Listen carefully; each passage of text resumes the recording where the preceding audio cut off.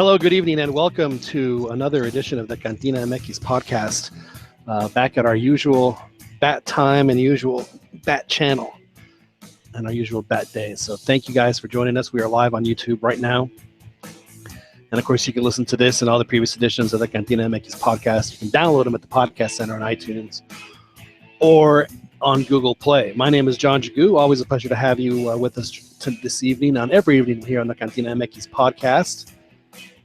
I'm coming to you live from the banks of Lake Travis in Lakeway, Texas. It is officially summer, finally in Texas, so we have the next 3 months of 95-degree heat to look forward to, and hopefully by the end of the summer we'll be very tan and very swimmed out, so it should be a good summer for us here in Austin. It's going to be a good summer for fans of Mexico watching just a smorgasbord of soccer, because we'll have the Confed Cup, and it goes right into the Gold Cup, and that goes right into the season starting. So we're gonna our soccer will be uninterrupted as far as giving us for us, particularly on the show, giving us content to talk about. So good for us. But we have a full plate. We had to actually expand our table this evening. We have so many guests here on the CantinaMX podcast. We have a full slate of folks to talk soccer with y'all tonight. Start with the introductions over in Kyle, Texas. Just southeast of here. Of course, I'm talking about our technical director, Albert El Chiquiscampa. Albert, who has just gotten back from Mexico. You were down in Querétaro, and you also went to Mexico City, although you didn't get a chance to go to Bellinghausen, but we'll talk to you about that here in a second. How are you, Albert? Hey, doing good, man. Good to be back. Good to be on the show once again. Now, you, Albert, had tried to get press passes for the game, but you were not only were you unsuccessful, they didn't even respond to your emails. So you were like just nothing. It was must have been pretty. Apparently, you can apply through the Mexican Federation or US, right? And I applied through the Mexican Federation, thinking because it's in Azteca, that's the way it's done. And apparently, they said that we needed to apply through the U.S. Soccer Federation. Next time, I'll do both, just in case.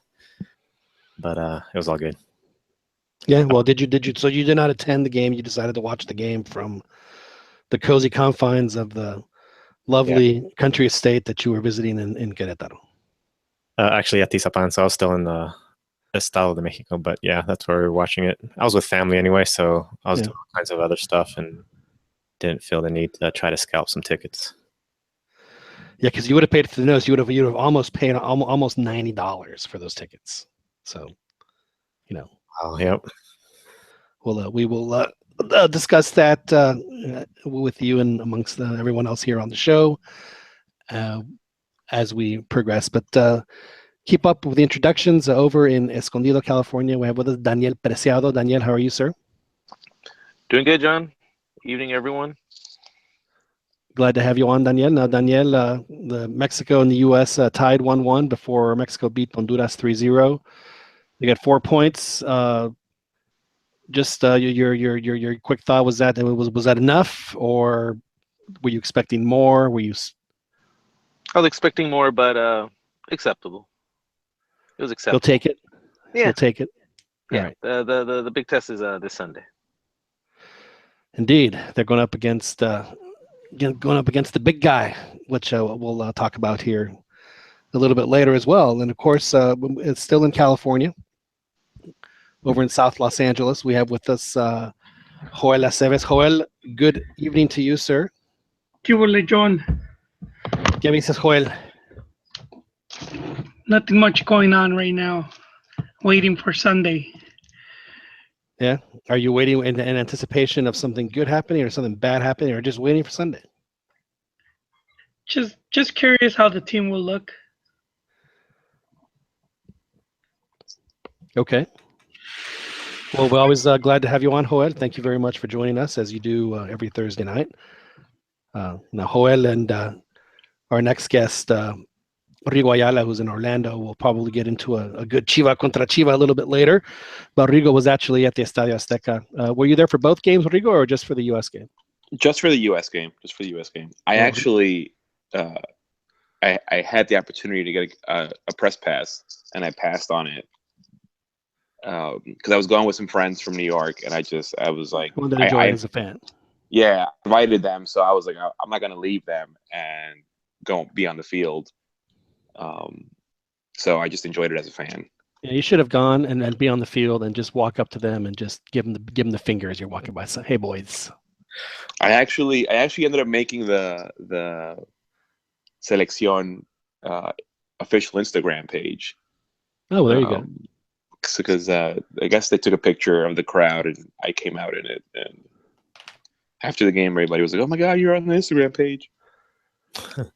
Well, congratulations for that. Rodrigo Ayala joins us from Orlando. I don't know why they didn't tag. I don't understand why they wouldn't tag me in my picture, but yeah, it was a good time. It was a good time, except for the scoreline. So you were unsatisfied. You left an unhappy customer. Oh, I left extremely unhappy, and about 87,000 Mexicans did as well. Oh, so they were just pissing mad. They wanted. Yeah, by the time the game was over, people were throwing stuff. Yeah, but I'm guessing they'd probably be throwing stuff if they were winning too. Maybe. I haven't been there for them to win, so I can't speak to that. But well, if you haven't been there for them to win, then maybe we need to start rethinking your travel policies. This is my third time in Mexico this year, and this is the first time a team that I'm go to watch doesn't win. They didn't lose, but the first time they don't win. All right. Well, we're gonna be watching you. We're gonna be watching you, Rodrigo. I'm going to Russia next week, and hopefully they lose. Oof. But yeah, Oof. I was disappointed. All right. Well, we'll get into that a little bit later. But last but not least, we have with us another East Coast. So now we have a nice balance. We have two West Coasters, we have two East Coasters, and two guys from Texas. It's how it should be. And of course, we can't have a show, and we can't introduce our next guest without introducing him properly.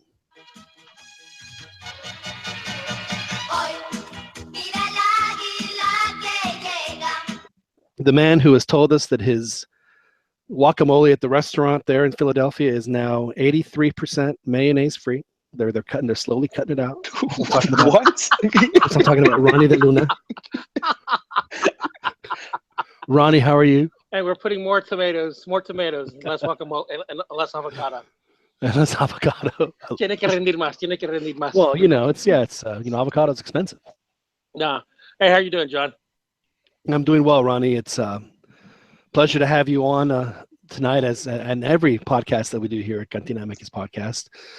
But I guess I will. I'll start with you, Ronnie. You, this is something that we talked about last Thursday, and is that it was going to be much more difficult than people think it was, and that's sure enough how it played out. And then toward the end, Bruce Arena out coached Osorio, plain and simple. He got him at the gun. He did, and like the play that the Bradley's goal, typical fashion as to how Arena used to beat Mexico. Although the score line was 1-1, it's and I mentioned this, and I've been going I've been saying this for weeks, months probably, that Osorio. I think it's about like 38 days. This is day 39 of you saying this, so please continue. I just didn't like the way that Osorio placed the team, how he had the team set up from the beginning. There was no need for them to advance their lines, knowing that it's the United States that needed to they needed the points more so than the Mexico. Right. And I was just like, Jesus. I have zero faith in Osorio as a coach. I really do. I mean, who goes out with a back line of 4 center backs in a 4-3-3 system? Like, how are your fullbacks supposed to provide depth and help out your wingers when they're not actual fullbacks? And it was noticeable because Lozano, at least, himself is not a national team player, but he wasn't able to beat anybody one-on-one because he had 2 defenders on him the whole time. Well, yeah, I was about to say he could beat anybody one-on-one because he was never one-on-one. It was always he wasn't, because whoever was playing behind him never went in front of him to provide a threat. Right. Never gave him the reason to get the second guy off him. I did notice that. Now it's funny you mentioned that, Ron, about Arena and in the post game comments, and I thought that this was very interesting and very telling. Bradley knew that when Chicharito came up, that was exactly what. So they figured that if we're going to get to Mexico, we need to intercept them while they're, not obviously not that anyone's ever expecting it, but catch them where we can go on a break, and that's exactly what happened. And then they caught Memo out too, which made it, twice as bad. And for anybody that thinks that was an easy goal to score, you got to give it up to Michael Bradley. That was a fantastic shot. It was as great a goal as they've ever scored against Mexico easily. Yeah, that was a fantastic goal. I mean, that was great. Yeah. Just that was just a great goal from Bradley. Heads up, and I give him all the credit. But I just think there was more of a defensive error on Mexico's part, and obviously that's what Arena always did with to Mexico. And right. I just don't think. I think Osorio's just a chalkboard tactician. That he talks a good game. He knows the game. I just don't think he knows how to apply it well. I don't think he knows how to. It's like he wants a system and he wants the players to fit around his system as opposed to the other way around. Ronnie, do you think the game would have been the same if Chicharito doesn't make that mistake? I think because getting scored on first changes everything. I know it does. But the thing is, Mexico didn't have to advance those lines from the beginning because we didn't have to. Right. Let them come to us. Exactly. We're not the ones that are chasing the game. And I said it that Mexico right now seems to be playing better when it's the cat and mouse on the fast breaks. And how did Mexico score? On a break. I mean, it was on a transition.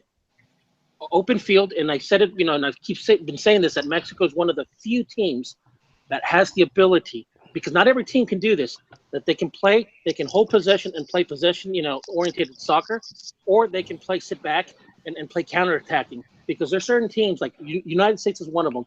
U.S. is a team that, if they have to go up front, they don't really create. They don't know what to do. Yeah, they don't know what to do. And Mexico is one of the few teams in the world that knows how to, play tiki-taka up in your face, and they can also play the counterattacking. But I don't know. I feel like under Osorio, the team is more productive when they're counterattacking. If you look at the goals they scored on Honduras, yeah, there were a lot of counterattack, and that's where, because it opens them up to this, because now the Mexico team has a lot of speed up top. Yeah. I'll be honest with you. I thought the Honduras game was going to be like 6 or 7-0, and I think it very well could have been. But that's why I think I think to answer your question, Rigo. That's why I think that's why he has those 4 center backs, because I think in his head the way he envisions the game is that Mexico's going to score either on a counter. He's going to lean on the individual skill and rely on set pieces to score. That's, I think, how there hasn't been too many goals from open play, I don't think. There hasn't. They've been relying on individualities. So those center backs are basically there for set pieces and for defense. They're not there to provide that width. I mean, in the Honduras game, if they don't score that goal in the 43rd minute and they go 0-0 into halftime, you have to imagine that Honduras doesn't open up in the second half, and they just bottle themselves in. And I don't think that game ends 3-0. Well, yeah, I mean, and that's why, and it's what we talked about last week. Is it for Mexico to have any kind of success, or the success that they want to have at the Azteca, they have to score first. Preferably early. It is impaired, yeah, in the first half for sure. So basically, nothing. Cardio doesn't know how to beat the bunker. He doesn't. Neither has any other prior Mexican coach. Exactly. So he's no better than any other prior Mexican. So far, no. Against bunkering teams, no, he's not. I think the real test is going to be against teams that aren't going to be bunkering necessarily. Yeah, but how many teams in the World Cup outside of maybe the Asian are going to bunker against Mexico? Now, actually, that's my point. Actually, I don't think it's as big a problem because most teams aren't going to be playing Mexico like that. At least when it matters. But those teams, the other teams that don't bunker are going to pressure high, and that also causes Mexico problems. That's a different, that's a totally different issue that does mess up Mexico.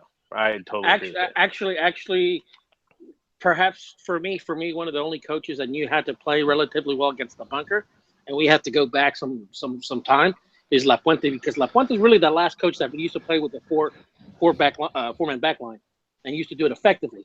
Because Aguirre used to go with a 5 or 3-5, where it's either 3. Basically, he had 3.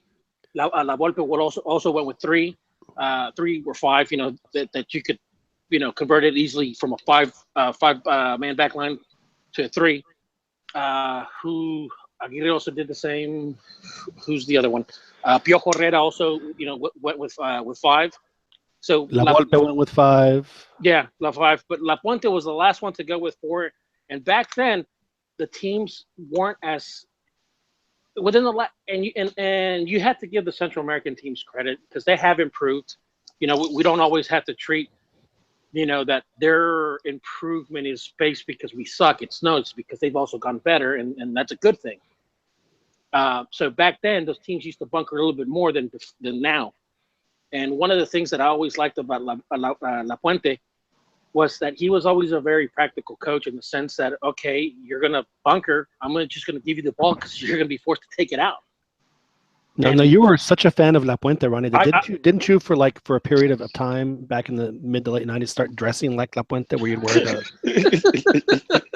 I still wear the hat. I still wear his hat. I still wear the hat. Yeah.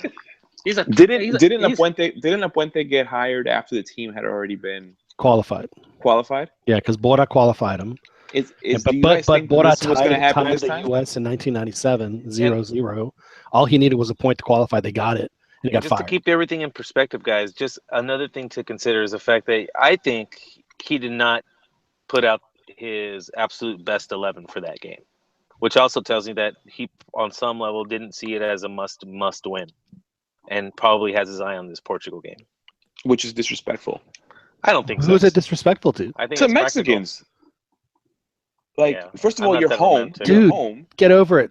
I'm not over it. No, if you're playing against your fiercest rival and you're at home, you should win every single time. Well, you know what? In the 6 games, the U.S. has tied 3 of them. So a win is not automatic against the U.S. It's not automatic. Especially considering you should game plan. You should game plan to try and win. He didn't game plan. Keeping in mind, you already have the 3 from Columbus prior. I mean, 4 out of 6 points. The most important part of that U.S. game was the fact that Mexico got 3 points against Honduras. If they would have tied Honduras or lost Honduras, that U.S. game would have been John, a million times more important. Yes, Joel. I agree with Rigo.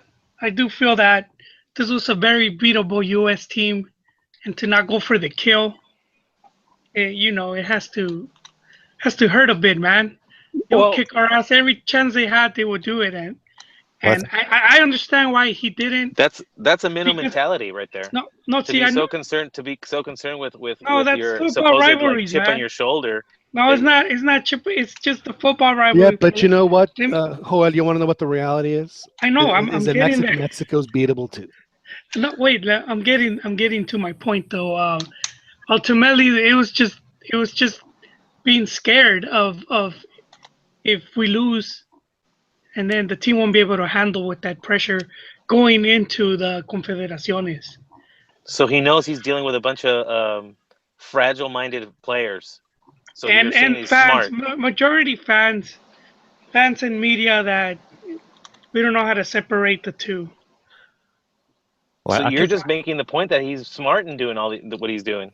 No, but I'm saying the mentality should be of to want to beat them. They should. I mean, I'm not okay with complacency. I'm not okay with complacency. Going in there and expecting a draw. No, hang on a second. Now,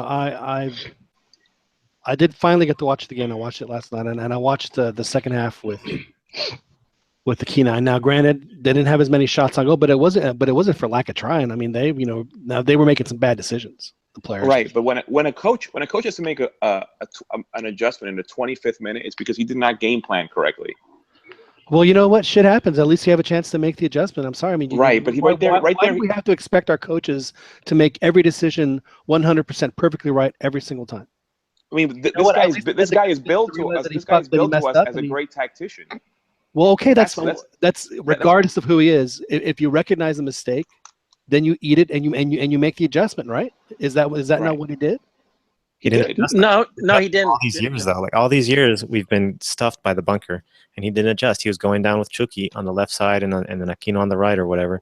Now, the one thing I will say about that is, for whatever reason, and I don't know if it was Fabian or I guess it was Ananis at that side, Chucky had zero support. For a lot of folks who said Chucky had a bad game, Chucky was double teamed every single time he had the ball. And it wasn't open space for him to even be useful. That's the only way he can play in Dam and Aquino. They need open space. And in the bunker, which was the whole second half, they were totally shut down, and they kept on across the ball. But it's not Chucky's fault that Tecatito left the team. When you're playing in the bunker, you also need players that are going to take on players and get by one or two players. So that's what Chucky is expected to do. Well, Mexico, the guy that was supposed to do that is gone. Yeah. But here's another thing, John. Though. He's the one thing that Osorio had for the time being to break the bunker is individual skill. Look, well, Dan. One thing with the bunker, and one of the things that Osorio, I think he needs to stop doing, is that when teams are bunkering, you're not going to be able to walk the goal in. You're not. And one of the things that, for me, that the fact that they had only one shot on goal is pathetic, because one of the ways that you can I guess decongest the field is by attempting shots on goal from mid-range, because if you're attempting goals from mid-range, that means that there should be a defender coming. You think Osorio put in the order to don't shoot it from mid-distance? It didn't happen. How many attempts did you really notice? No, I'm just saying, I have trouble believing that was the order that was he made sure that every player knew. Yeah, whatever you do, don't shoot. I don't think that's his order, but I think that's not. I don't think that's what it was. That's his game plan. I just don't think that's part of his game plan. So I don't think it's so much an order from him. His game plan a lot toward the second half was don't take unnecessary risks. But guys, also keep in mind, this is an official match. These points, although 2 points doesn't mean much in the grand scheme of things, it does. And for the whole point of rankings. No, I mean, obviously for Mexico, the only way that they can get a World Cup seat is if they have to. So official games get wins, especially in official matches. So it does matter. These games do matter because, like you said, the chances of you winning the World Cup and advancing higher into the knockout stages is based on your seeding. Right. Which is why I think CONCACAF always gets hosed, because they get stuck with the Asian teams, and so there's never going to be a flan for Mexico, because they could, Mexico's been so lucky to escape groups of death in the draw, because I mean they are an automatic. I mean, they are a group of death team, Mexico. And you know what? That doesn't scare me as much. Well, it doesn't scare me either, but it's just crap that they don't mix it up. Mexico has managed to get out of groups with Italy. I think after Brazil. Sunday, after Sunday, we'll know whether his gamble, because I do think it is. I think he is thinking big picture, where he's gonna, if they manage to pull out a win, then I think it will have been worth it. Did I ever show you that clip of that dog that jumps over the fence, bangs that other dog, and then jumps over the fence and walks out? Did I ever show you that? No. I think that's what's going to happen this Sunday. and I just have. I don't even know what that means. I don't either. I'll have to post it. I'll have to post it, and you guys will understand what I'm saying. There's a point he's trying to make, I'm sure. Yeah. If Osorio gets cute, like he tends to do, I think Mexico's going to be in trouble against Portugal. Well, I think he's going to go for the win. I think we're going to see a 4-3-3 with probably Raúl Vela. I don't know who he's going to put on the left. Maybe Chucky. He can't put. He has Chucky. no fullbacks. He has one fullback, and he's one fullback. He's going to have Layun, hopefully, Araujo back. The midfield's going to be interesting because I don't think he'll throw Rafa out there, but I wouldn't mind seeing Jonah, Guardado, and Herrera. Rafa can't go a full 90, so. No, I would rather see Guardado, Jonah, and Orbelin. Orbelin's not even on the team, dude. Yes, he is. He played the other No, day. he's not. Yeah, he's not on the 23 for the Confed Cup.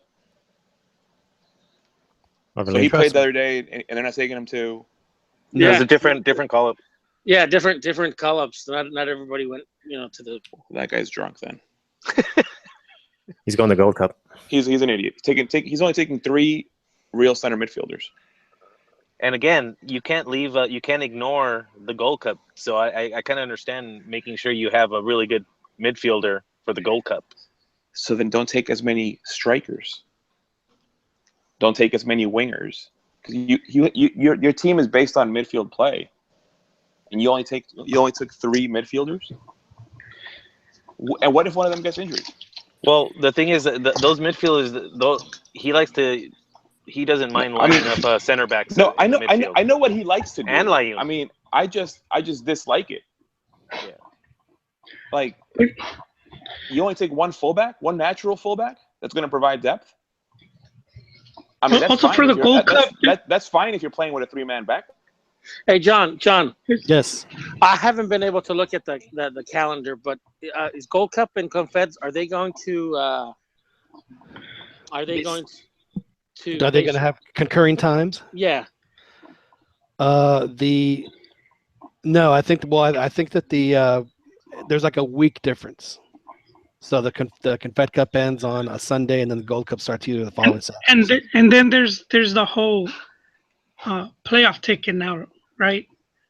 Each winner of the 2 Gold Cups battle it out for. Oh yeah, for the Blazer Bowl. Yes. Yeah. How could forget the most important game of them all? The Blazer Bowl. Man, so I think this Gold Cup could have been sacrificed. I don't see why the best players. Hey, look, I am not disagreeing with y'all at all. I think Orbelin should. I mean, y'all know how I feel about it. I think he's a terrific midfielder. But if we're still talking about wanting to hopefully at some point get a seed, possibly, then you do have to kind of you have to worry about the Gold Cup. Yeah, so I kind of understand it. You can't completely ignore it. You got to throw. And to be honest with you, if Orbelin goes to Russia, he doesn't play. He'll come on and play 20 minutes in one game. That'll be it. At the Gold Cup, he'll start and he'll run the show, and he'll audition for Russia, which is honestly what it's when you really want him to play anyway. So, there are guys that played in the 2013 Gold Cup that you never would have imagined would have made the team and made the World Cup team in 2014. So it is unfortunate that he's not going to be there, but I think that Jonah and the way Herrera played both, I think that probably entered into the decision that he's probably not going to get too much playing time. I mean, this was probably the best game for Hector Herrera with the national team in probably over a year, if not more. Well, he played really well against Honduras too. That's a good sign. It is encouraging. It is encouraging. It's that's a good sign. And it's encouraging for him too because Porto did not bring him on to be a career player for Porto. They brought him on to sell him, and this is a really good chance for him to get a really good payday out of this because if he has a good Confed Cup, more than anyone else, really, maybe Chicharito too, he's gonna have a chance to get a. But what about Rafa Marquez, John? Man, Rafa has a ball. Rafa has a bald spot. Oh, he has a bald spot. He's beating me. Rafa qualifies for that. He's beating me ever so slightly. Rafa qualifies for the early bird special at Denny's. That's right. No, but see, Rafa is a big spender. He likes to go and have dinner at 5. So, no, it's. I'm upset that that Osorio didn't call Diego Lainez at least for the Gold Cup. Well, they're sending Lainez to the U17, which I think is going to be at the same time. I know, but I would rather have seen him. Well, I would too. I mean, why not? He may get more noticed by scouts at that tournament than the Gold Cup. He needs to get his cherry popped, and he could have popped it at the Gold Cup. I thought it would have been good for him to go there. In theory, he's going to be able to. He still has the qualifiers later in the year that I think he may be included in, possibly. Because hopefully, if they qualify easily, then I suspect that he may keep a lot of the European guys. So here's a crazy scenario for y'all. This is something that I was thinking about when I saw the point standings. I mean, as far as the U.S., they are not out of the woods at all. For anyone that thinks that they are not. They might be playing better, but this is still crazy stuff can happen. Wouldn't it be hilarious if Honduras, who I think is going to stage a comeback and come close to getting that opportunity? Wouldn't it be hilarious if the U.S. and Honduras are battling for that last spot, and Mexico is playing Honduras, having qualified for the world, weeks ago, months ago, playing in Honduras against Honduras, and if Honduras wins, it could knock the U.S. out. Not going to happen. It's not going to happen. It would be hilarious, but it's not going to happen. Yeah. Dude, we're hosting a World Cup with them, dude. I'm not saying they would throw it. I'm just saying it would be very interesting to see. They would throw it. Who folks would be rooting for that game? No, they wouldn't throw it at all. But yeah, your guys are right. That probably wouldn't happen. Although I have a feeling, I have a bad feeling for Panama. I think that they're going to start an unfortunate slide. For their, are they currently in second right now? No, they're in fourth. They're in fourth, but they had a golden opportunity to go ahead. Not only to go ahead, but to distance themselves from them in Honduras by a huge, go from 10 points to 4. Well, here's the thing, though. And it didn't do it. Here's the thing. I don't know if you guys are keeping up with the Asian qualifiers, but right now in the other group. Well, that was your assignment, Ronnie. So please. You have Japan, top of the standings, and I think it's Group B. Then you have Saudi Arabia with I think it's 8 points, or I forget how many points they have, but they're tied with Australia, but on goal differential, which is 1 goal. And they're the third place. So the way it's set up, they have 2 groups. Top two of each group qualify directly to the World Cup. And then the third place teams, they play a round robin against each other, and then that winner plays the 4th place in CONCACAF. And for the last match days of the Asian Confederation, Australia's playing Japan and Saudi Arabia. Or no, sorry, who they're playing? They're playing Japan. So the way it's set up, if you guys look on the calendar, I honestly think that Australia is actually going to get the 3rd place, and if that happens, I don't see them. I don't see the CONCACAF team beating Australia, because I think that from that group it's going to be Japan and Saudi Arabia, and I think that Australia is going to get the third place, and if it's Australia, I could see Panama. Yeah, it's 50-50 at best, or for Panama or Honduras, who knows? Mm-hmm.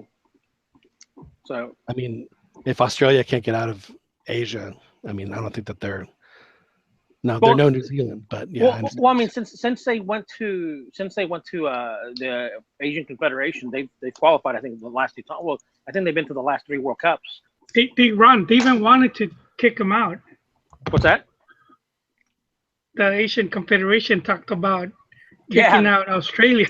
They're probably throwing this one, It's funny because they wanted them, but then they realized, oh God, these you just gave an automatic World Cup ticket. But I mean, it helped. Yeah. It helped them out, and it's funny because I've always said that Mexico needs to do the same thing. They need to go to South American Confederation, to truly elevate, their game. Or just make CONCACAF and CONMEBOL one confederation and give them 8 spots. I don't think so, Rigo, and I'll tell you why. Do you really want to get outvoted by 34 minnow countries, 35, 36 minnow countries? Well, here's I would let them. I would. No league and no stadiums. Yeah. I'm sorry, but keep the continentals in one confederation and let the islands have their own. Exactly, because to me, and that's one of the things that has hurt Mexico in the last 25 years, 30 years, is that we don't have as to our future, we have to basically kiss the ass of 35, 25 little Caribbean nations that don't even know what professional football is, you know, and they just we used to. Do you remember the games in Mexico would take equipment to give them like so they could have soccer cleats? Yeah, and extra balls. So, but the whole thing, you know, one nation, you know, one federation, one vote. That's all fine and dandy in a democracy, but you know, in football, you know, he who has the dough should control the show. You know, at least that's my way of seeing it. You know, thank you. Yeah, but that's the thing, though, is that Mexico's perfectly happy where they are, because they get that guaranteed that guaranteed ticket, and because they get to play, you know, not every Confed Cup, but you know, out of you know, 2 out of every 3, or you know, 3 out of every 5, or 3 out of every 4 Confed Cups. They're perfectly happy. Perfectly happy. They go through 4 coaches a cycle. But yeah. check this out. They can make more money with qualifiers as well. I'm hoping we go through another coach in this cycle. Tuca's ready to go. Tuca, Herrera, Almeida, any one of those guys. I don't want to give up Almeida, but if it means that the team plays better, then I would be okay with him taking a few months off in the summer.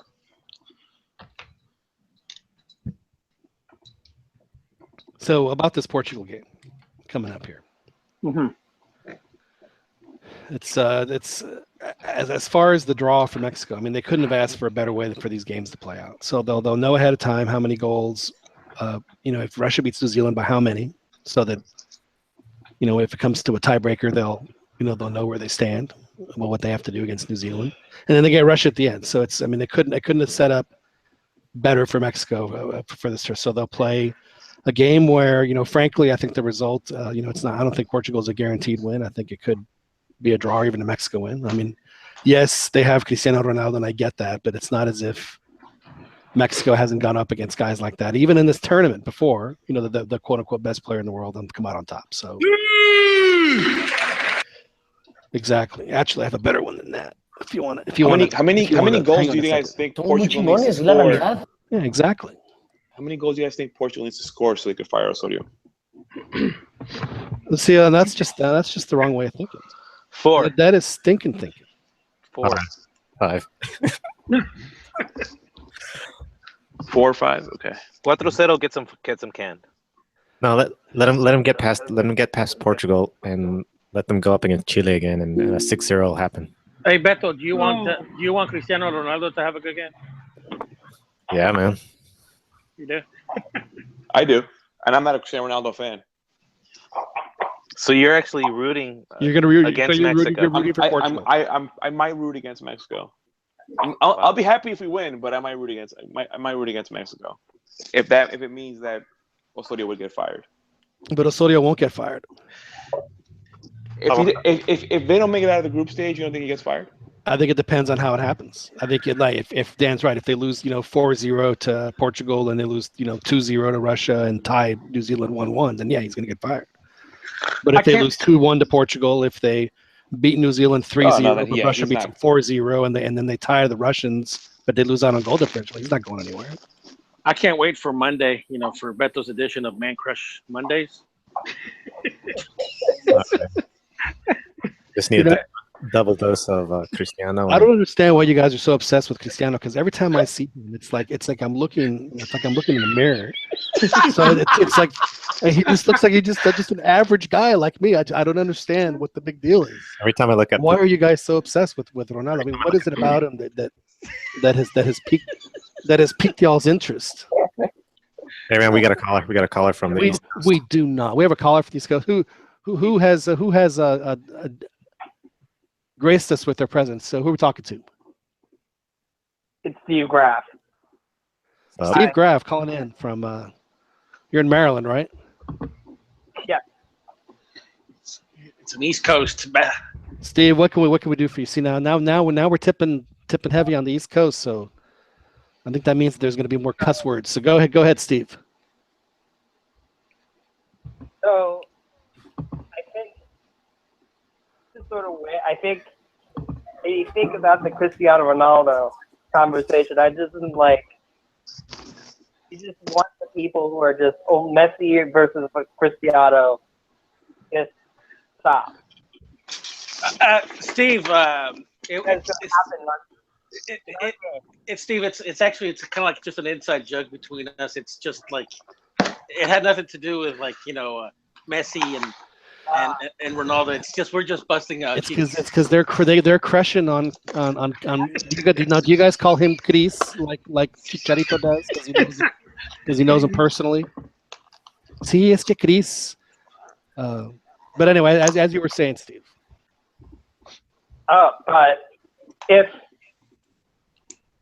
But I think it ultimately depends on how those three approach these games, and if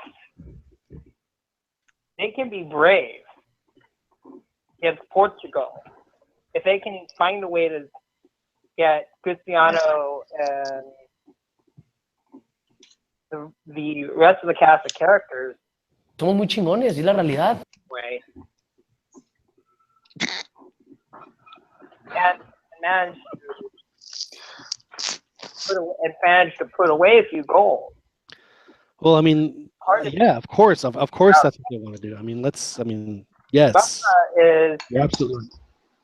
Russia is going to be. But how is that going to happen, though? And that's the question. I mean, it's one thing to say it. How are they going to do it? I mean, who's going to be? Okay, Ronnie, I'm just going to ask you straight up. If you say, you know what, if I want to, if this guy, we're going to limit the damage he does, I have to go one-on-one with him the whole game, just have a shadow. Who's it going to be? You mean play one-on-one against Ronaldo? Yeah, just shadow him the whole game. He's just like, wherever you go, I'm going to be right there next to you. I don't think that's an effective strategy of going one-on-one. I think it's been effective. I've seen it work quite well. Diego Reyes. Hell no. No, Tronco. He's terrible. And you just limit. I think. Watch, you're gonna see him play. Watch. Caballo. Or maybe South.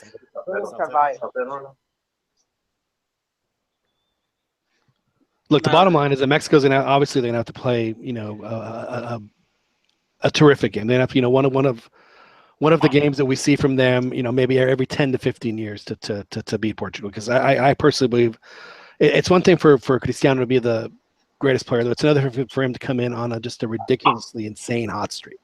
I think as long as Cristiano Ronaldo is not getting the balls, him running towards the goal, I think you're fine. I think we have to set up the tactics where he's basically receiving the ball with his back towards the goal.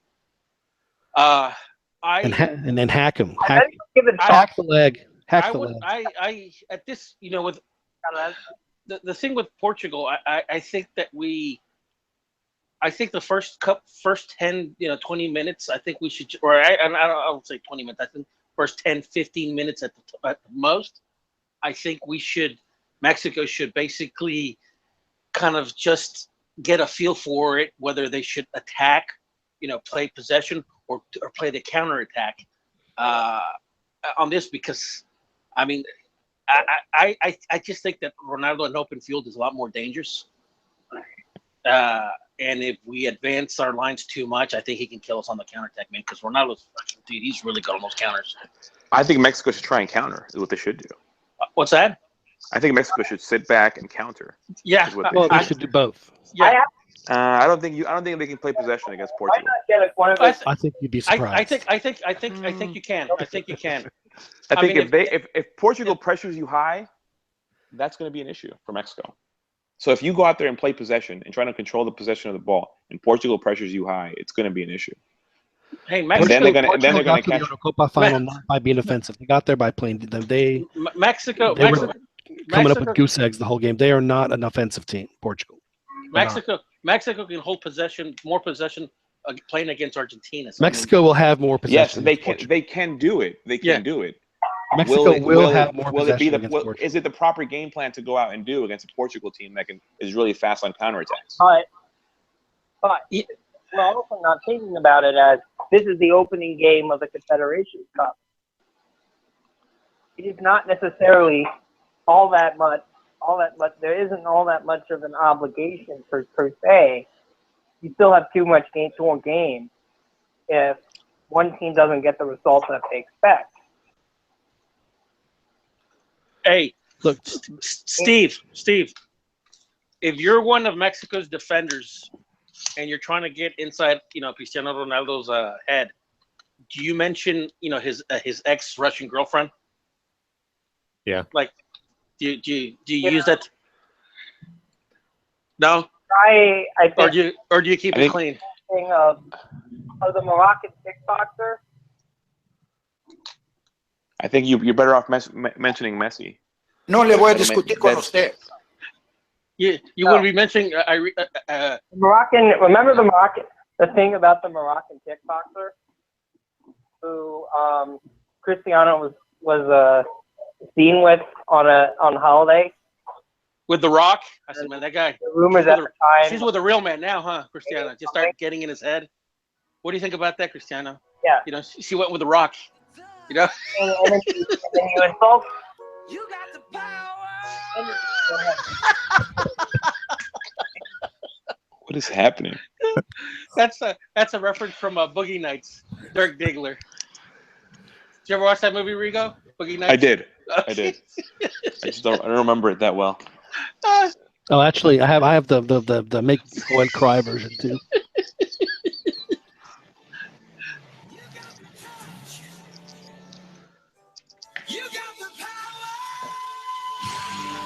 Joel, what's is the caller still on?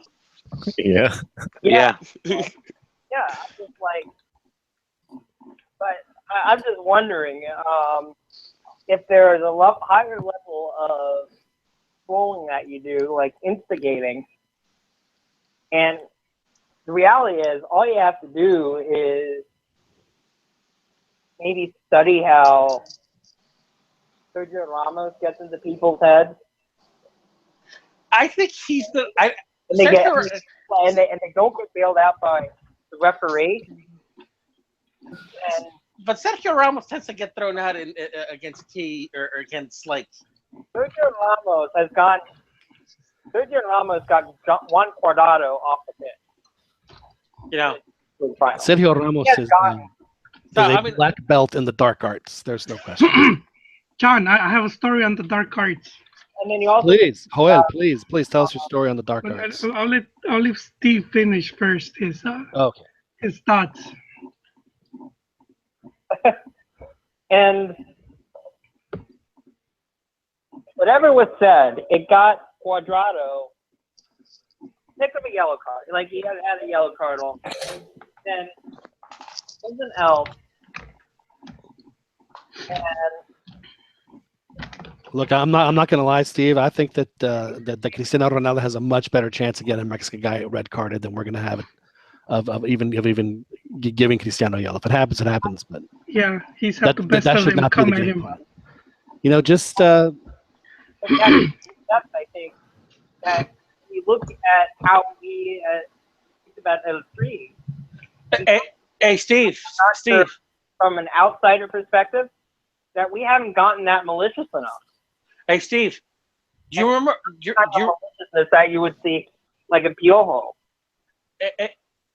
Hey, Steve, do you remember a couple weeks back, or it's actually a couple months back, there was a goal by Jurgen Damm, with Tigres. Yeah. Where after he scores, he takes off his shirt, all with his.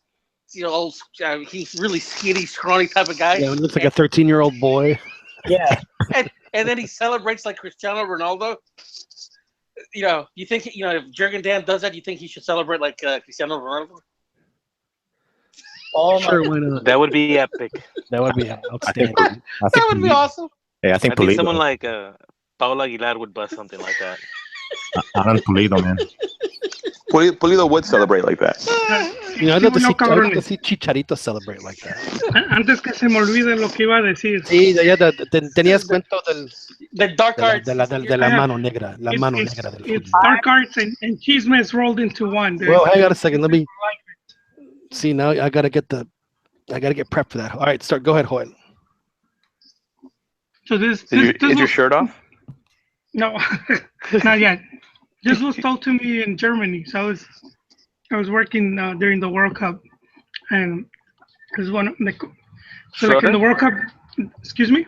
Schroeder? Schroeder? No, not Schroeder. You have volunteers. So the volunteers at the World Cup have to be able to speak 2-3 different languages. So this was this actually has to do with Cristiano's manager, which is Sisu, and he got red carded in the final. So this was overheard. Oh man, I haven't even. Didn't even get to the story. Yeah, man. What's with the mystery, man? I find it distracting. Continue. No se puede concentrar. Go ahead. No, I can't, dude. It throws me off. All right. Go ahead. So you're in Germany. Yeah. So this dude overheard it. He was working in FIFA. So someone working at FIFA that told me this, and it was after the final. So they heard the French delegation talking about what really what set off Sisu, what made him headbutt Materazzi. So supposedly what happened was that when Sisu used to play at Juventus, so when he was playing in Italy, he cheated on his wife.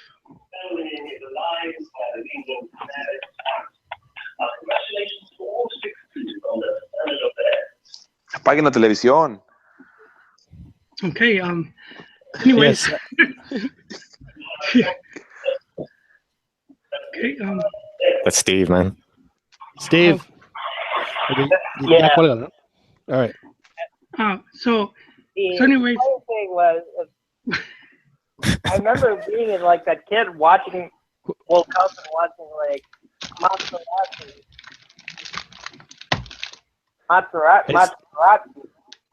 Like, remember agitated, eventually like John snapped. All right, continue. All right, continue, Joe. Hold on. all right. I thought you guys didn't want to hear it anymore. No, I did. Okay. So because I've heard a different story, but go ahead. Okay, so yeah, we could compare and contrast. So he cheats on his wife while he's playing in Juventus, and the way she got even was she slept with one of his teammates, which was Filippo Inzaghi, Super People. So he ends up moving to Madrid soon after. Now flash forward to the World Cup, and Materazzi is guarding Sisu, and he had been pulling his jersey. So Zidane tells him, if you want my jersey so bad, I'll give it to you after the match. And Materazzi tells him, yeah, and I'll give you Inzaghi's, and so you could give to your wife, and that was what made him do the headbutt. That's more believable to me. Then the sister. I heard the sister thing, sister and the mom. No, I heard this one from someone at FIFA, which was close to the French team. I don't buy the mom sister thing. I don't. I think Hoyle's the dark arts is more. It's more closer to the reality. I think so. I was there, man. Because I mean, seriously, if it's a sister or the mom, it's just going to be a push, Yeah, I mean, you hear that. That's not going to be a headbutt. You hear that in grade school, Yeah, your friends are making mama jokes. I like that story, man. Yeah. Hey, thanks for calling. Thanks for calling, Steve. We appreciate it, man.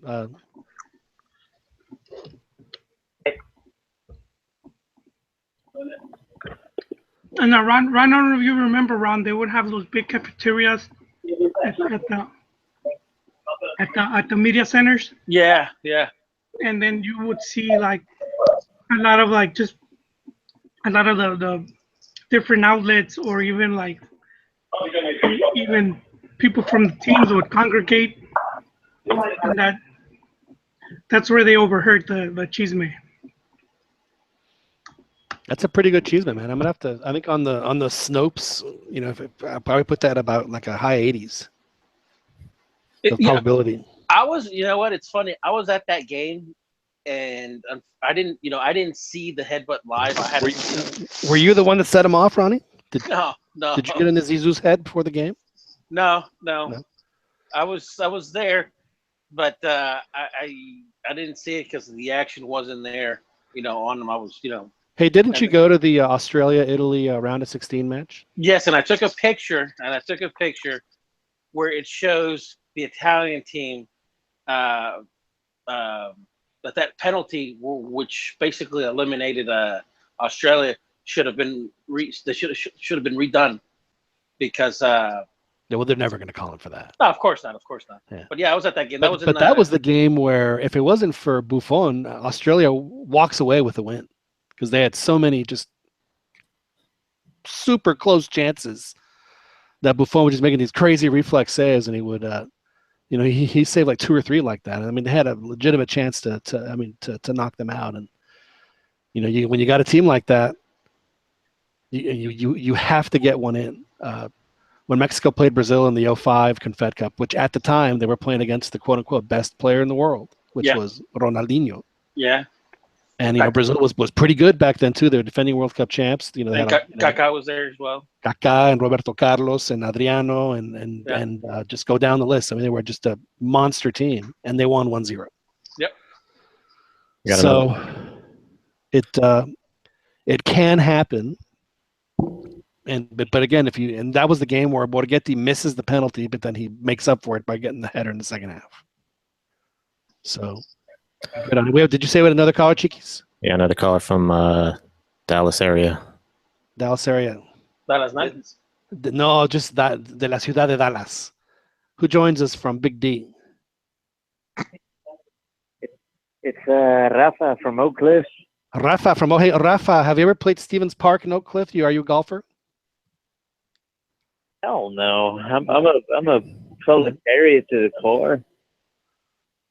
So you're not a golfer then. You won't pick up the sticks. It's a shame because there's a really nice golf course in Oak Cliff. It's called Stevens Park. It's a very pleasant walk. But anyway, Rafa from Oak Cliff, what is on your mind? Well, other than not playing golf. I guess there's no simple way to be about it, but I mean, with Portugal, to put it in Spanish, la cosa va a estar cabrona, but I think it's doable. Is Portugal invincible, Rafa? Can they not be beat? Mexico should just, not only are we going to lose, but please take it easy on us. Let us only lose by 1-2 goals tops. Is that how it's going to be? Or does Mexico have a chance and can hang with it? I mean, win or lose, they have a chance, right? I mean, you have to consider that, the 2 teams that Portugal faced going into the Confederations Cup are actually worse than the 2 teams Mexico faced. I mean, I think they faced, they played Cyprus in a friendly and then Latvia. For as much shit as CONCACAF gets, those teams aren't, they're pretty bad. Right. Now remember, Mexico did play Portugal in Boston leading up to the 2014 World Cup. Cristiano didn't play. Mexico dominated at times, but Portugal got a goal on a set piece, if I'm not mistaken, with their big tall Garicaro, and they ended up winning 1-0. So, I mean, again, I don't think, having him in the open field is scary, and if he has the ball anywhere inside the 18 where he's got the goal in front of him, he's going to shoot. So, it's and he has no problem one time. Have you noticed that Ronaldo has no problem one-timing shots? I wish Mexicans would learn the one-time shots. I think a lot of goals come off of good assists and good teammates. You're absolutely right, Chiquis. And he has now. Where does Cristiano have a better team, with Real Madrid or with Portugal? Madrid. Oh, Real Madrid. Yeah. So how much is that going to be like Rafa was in 2005 when he's at Barcelona and he's come back and play with these schleps? How much is that going to affect Cristiano? Because it does affect him. History has shown it's affected him a ton. He's disappointing in so many World Cups. Only during the Euro Cup did somewhat go his way. And the only reason they got to where they got is because their defense was not giving them. I mean, how many 0-0s in penalties did they get through in the Eurocopa? Exactly. So. Didn't they do that a couple times? So I mean, again, it's not like they're like they only won. I think they only won one game in regulation or something. Right? Can Portugal beat? Of course they can. But Mexico could beat Portugal. It's this is a winnable game for Mexico. In fact, it would shock me if it happened, just to prolong the inevitable for the inevitable suffering for all the Osorio haters. He's going to do the one thing you guys don't want him to do. He's going to win it. He's going to win. He's going to win Confederations. What's he going to do? He's going to win Confederations, and he's never going to leave. If he wins Confederations? Oh yeah, how terrible! What an awful guy! How no, it's not terrible. It's just he's not all he's cracked up to be, and he's not a good tactician, and the team plays terrible. I think if they end up winning the Confederations, they sucked all the way to the title. Just how bad they were playing. I think it'll put a serious dent in that theory if they somehow manage to win the tournament. At that point, I think at that point you just have to accept you were wrong. If he wins Confederations, beats Chile in the whatever phase in the final, Ronnie and Rigo and Johnny Rico are going to be adoring him. They'll have to put a picture of them on their wall. They're gonna have Ronnie's gonna have his about face like he had with La Volpe. I mean, he'll definitely prove me wrong. But I mean, in the year that he's been there, he has not proved me wrong, and I don't see it happening. Hey, Ronnie, you're not re-gifting your story about seeing La Volpe having a cup of coffee before the Argentina game, are you? What's that? You're not re-gifting that story, or you're not repackaging that as. Because I know guys in Houston that do it all the time. You know what? To me, there's a world of difference between La Volpe and Osorio. That's not the question I asked. Yeah. Well, what question did you ask me? I asked if that story that you tell about I saw him at the hotel bar and he's quietly having a drink, and I just thought that was just so cool of him, and and then I changed my mind about him, and I instantly great respect. And then the very next day, the minute that the game against Argentina ended, but before the whistle had even left the referee's lips to blow the final whistle, you posted on Big Soccer, fracaso. But there's a reason I posted that though. There's a reason I posted that because I want to bet. I want to bet. What did you expect? No, my thing with La Volpe changed. Little by little. For example, reading an article that that the medal that he won in the World Cup for 1978, the gold, he actually had that basically melted, and he bought more gold, and he made these pulseras for the team, for the team members, and I thought that was a really nice gesture. And Ronnie, also, did you go soft on him because he gave you one too? Nah. Is that what really happened at the hotel bar? No. Did he slide his pulsera across the bar? I've said that, the day that we start, the day that, the coaches like Tuca and La Volpe and Bucetich and Ojitos are gone, I think that's going to be a sad day, because it seems like the new coaches, like the new guard, it's like they're more about systems than the actual players. It's like they don't really want to deal with the players. They'd rather have a system in place, because they don't want to be like Diego Independiente or Cuauhtemoc Independiente and stuff like that. It's like they just want a system in place where boom, you just replace one player with another, and you don't establish those relationships. And I just think that those, like Tuca, Tuca says, hey, I'm not a director técnico, I'm an entrenador, I'm a coach. Those type of things, and I just think. I'm not a big fan of the new coaches nowadays. I like the Vucetich types. I like the La Puentes. They're just too pretty for you, aren't they? They don't look like coaches. They still look like players. They look like they're going to the clubs, dude. Yeah. But I mean, a lot of that stuff is being passed down, at least in the Mexican carousel. If you look, I mean, La Volpe now has his son-in-law is now going to coach Puebla. Yeah, and it's La Volpismo is gonna come down. Herrera is La Volpismo. But it's funny you say that, because they were accusing that Piojo's no longer La Volpe, because he was playing more counterattacking. It's like when he went with America, he was counterattacking more than playing upfront possession. But I don't know. The point that I was trying to make is to why. Yes, what was your point? No, with La Volpe, why not necessarily getting a soft spot, but just like, you know what, hold up. I'd rather have him than some of the new coaches, like I said, if you were to give me the choice between La Volpe and Osorio as the coach for the national team, I'd take La Volpe. Oh, all day and twice on Sunday. He's a way better coach. I mean, the way he had Mexico playing in 2006 was some of the most attractive soccer. Yeah, but that Mexico has played. Yes, they didn't win the big game. I get it, but it was a fluke goal. No, enough with the Mexico was playing attractive soccer. They were not playing attractive soccer. They couldn't. That was like the worst group of offensive players. Sola. So I've been watching since the mid-'70s. Mexico ever had on the field. It was just awful. When I'm begging Kikín to score because I thought he was the best one. Yes, Kikín stinks. Omar Bravo stunk. He was the best one. No, but look at what La Volpe did with that talent pool. And that game against Osorio might have the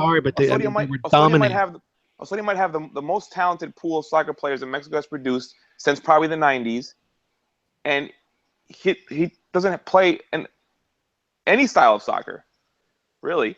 No, he doesn't. I have to agree with Rigo, dude. He's relying on individualities from these players that are super talented against inferior competition every single time. And the one time that we did play, competition that we thought was at our level, we got crushed. And now we're going into a tournament where we're going to play competition which is slightly above us in Portugal, or maybe we're at the same level as them, except for a superstar. But and this is going to be a real test of what he can do. And it's unfortunate because Picolín was available and he could have matched Ronaldo's superstar status. I was very disappointed. The only thing I was disappointed about La Volpe was that he didn't put his pettiness to the side and he did not take Cuauhtémoc Blanco to the 06 World Cup. That's the only thing I was upset about. And he handled the media poorly. He handled it really, really poorly. That was probably his biggest downfall. Yes, because of that and Hugo Sanchez, they got him out because I thought he should have been able to complete an 8. He would have been able to complete an 8-year cycle. But you know what, Rigo, on the whole Hugo thing. Not that I'm apologizing, but but the media would search out Hugo. Yeah, they would go to the Pumas and ask him, and they did the same. Since you mentioned it earlier. Muy triste, no. They did the same to Bora when La Puente was coaching, and the media would always go to La Puente and say, ask him about something that was going wrong or they didn't agree with. But La Volpe is also a sinner in this too, because La Volpe was also throwing stones when Bora was a coach, and I remember people, when I was defending Ungo for doing that, I said, well, hold on. La Volpe is also a sinner in this. I remember, taking photo. I had to go back to the Citadel, look at my, look at my archives here, and I was able to get, from Tiro de Esquina magazines, I was able to get quotes from La Volpe, just trashing Bora and stuff like that. So, that whole thing. Well, La Volpe or Hugo, also talk trash. Well, what's his name? No, I mean, I can't speak to the stuff that happened in 1998 because I was like 12. But I do remember that the pressure from the media and Hugo Sanchez was the reason that La Volpe got fired at the end of it, or it was let go after 2006. He was done. He was never going to come back. But they should have renewed him. Well, here's the thing. It had nothing to do with Hugo. La Volpe was let go for one simple reason. Mexico was they were the top seed in their group. They were the top seed in their group, and there was the first coach in over 30 years that went through a cycle. So they expected a little bit more in terms of going out of the going to the fifth game in el quinto partido. This is the stat you're looking for, Ron. He never won a second round match outside of Mexico. Exactly, and that's kind of what He even choked at the Gold Cup when it was. Who was it? He lost to South Africa or no? He lost to South Africa and then to Colombia in Houston. Yeah, the Colombian team, like a third string Colombian team. Yeah. So like a couple of baggage handlers they found in Barranquilla on the way to the tunnel. Hey, you guys want to play? No, they were but no, but I will say this, and I do give Lavolpe credit for this. He did set up a style. Now, good or bad, effective or not, the team knew what they were what they were playing for. I don't sense this in this team. In terms of Osorio, and I thought it was kind of cheap. What's his name? with Chicharito basically hyping up Osorio as to what he's trying to do with the team. I'm not really buying it. Me neither, Ron. And one thing a lot of people forget, just how long a lot of these players have been together. A lot of them are going into their third, fourth World Cups. Yeah. I mean, no matter who the coach is, they know each other already. From. Yeah, I mean, this should be. I mean, in all. And I wrote this earlier this week. If not now, when? I mean, because you guys are right. This is their golden generation, and this is when they're supposed to be peaking in their career arc. Is between 27 and 30. It is. This is the best generation of all time. And it's funny because then they need to prove it. They need to prove it. And I had to, and I haven't posted on the Facebook, but going back to the whole Hugo thing, Joel. One of the things that that Hugo had going against him was that the team was in a transition because you just finally got rid of the Borghetti, you finally got rid of the Cuauhtémoc Blancos. You basically were going out. The Pablo Pardos, Osvaldo Sanchez, they were either on their way out or they were already out. So at that time, you had a young Giovanni Dos Santos. They were 18. They were 18 when they played Honduras. You had a young Hector Moreno. So you had a bunch of new teams, like 6 offensive players that really had no experience playing together at a professional level. So I mean, that's what hurt Hugo then. And as opposed to now with Osorio has everything on a golden platter. And I'm not saying this just because I want to see him fail and say, you see, he had more, he had a better tool and he sucked. No disrespect, but I'm gonna disrespect you right now. I want Mexico to succeed, but it just doesn't seem like Osorio is the correct person that's going to do that. And I want him to prove me wrong and win the Confederations. Now, y'all have to remember that he was the 4th choice, 5th choice on the list when they got rid of Piojo. By the way, a lot of people ask for Piojo to come back, but they also don't forget that he struggled in the Gold Cup. And had it not been for some terrible refereeing in that semifinal, Mexico wouldn't have made it to that final and won it. So when people, it seemed like Piojo had also gotten stuck in what to do versus these CONCACAF teams. He made the cardinal sin of basically mixing politics, because once he did that, the press turned on him. It was all over for him. That was his sin. Then you started seeing paparazzi taking pictures of him, taking, eating or drinking, wine. But the reality, Ronnie, is that we knew, just because of who he was back then, we knew that it was going to end like that for him. Yeah, but not the politics thing, but his mouth was going to get him in trouble, and then that's ultimately what happened. But here's the good thing about Piojo is that he didn't leave because of results. And the fact that he's in America is because the fans wanted him back, and like Rigo said, the fans want Piojo back. Piojo didn't leave because he sucked. But he did have a really mediocre Gold Cup. What people forget. People remember that he won and that he got fired afterwards. I don't really blame Piojo for that Gold Cup, just because of the fact that that thing was started in July, right? The gold that but goal, hey, it was late in the calendar, and their players haven't been playing for 2 months. John, you also said in one of those games it wasn't horrible officiating; those were clear penalties. Oh, absolutely, they were. Yeah, we talked about that before. Yeah, I mean, the one where the dude was falling, and I didn't hit it with my hand, but I really knew exactly what I was doing when I was hitting it with my hand. Yeah. And you know what? If you see the other feed, because the feeds have the different camera they have the cameras from the different sites. So in the Mexico feed, you can see clearly that absolutely. But in the U.S. feed, I think it was a Univision feed, and that's one with the commentator making a big deal about how, the game was being stolen and all that, and they just harping on because you had FIFA Gate on top of that, and which I had a friend of me texting me, and I'm like, do you really think CONCACAF's gonna start trying to do more crooked stuff?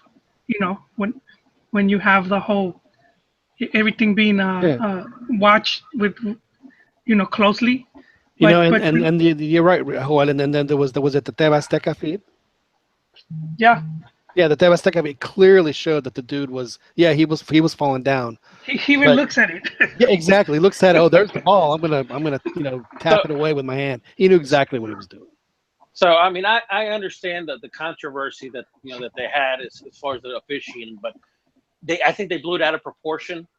They blew it out of proportion, especially after the no it up and not. And I think that's one of the things that really screwed up the psyche of the fan, is because the no it up and not because of the 2014 Robin penalty. Yeah, but you know what, that word because the whole victim thing. Yeah. So then our rivals started to use that against us, that no it up and not, and it just that guy's a character. So I think they just blew it out of proportion. Damn, I lost my train of thought. Oh yeah, talking about no it up and not. Damn, John, you tend to distract me with those. That wasn't me, dude. You have to blame chickens on that one. That was not me, and frankly, I. You're upset it wasn't you? No, I resent it after. Y usted no me va a decir qué carajo tengo que hacer. I mean, seriously. Fucking puka.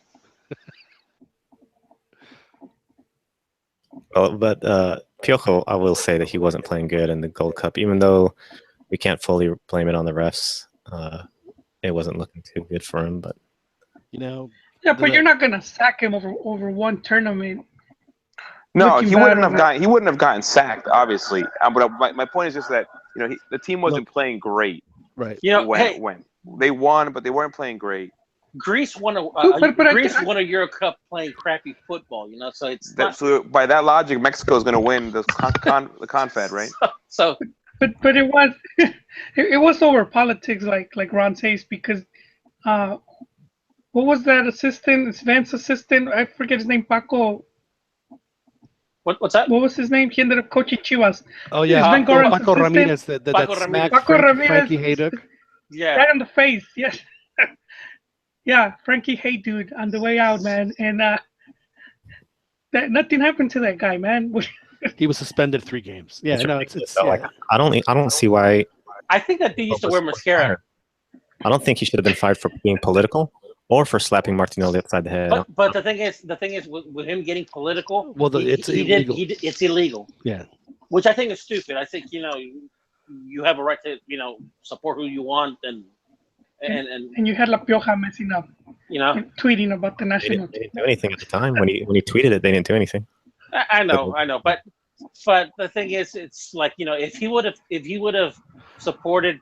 No, he the other. Had if he would have the music for if he would have supported, the candidate of the choice of the most in the media, nothing would have ever happened with Piojo. But again, he made the Cardinals. I disagree. I think that the fact that it was illegal, I think, was the beginning of the end for him. I mean, they could have. They got Chelis and Chelis from ESPN. I'll tell you what, I follow Miguel. I don't think he's tweeted in like 9 months. I think he learned his lesson. Yeah. But for example, in Chelis, and Chelis is a no nonsense guy, and he makes it known that he doesn't see the big deal about promoters, and he doesn't see a big deal about well, he sees it as a business. El PRI, and the press gets all sanctimonious and attacked him for it. When he back a couple years back, and I just think that that was, to me, going back, Herrera's original sin of doing that. But I'd rather have Piojo back with the national team than Osorio. Even if Osorio,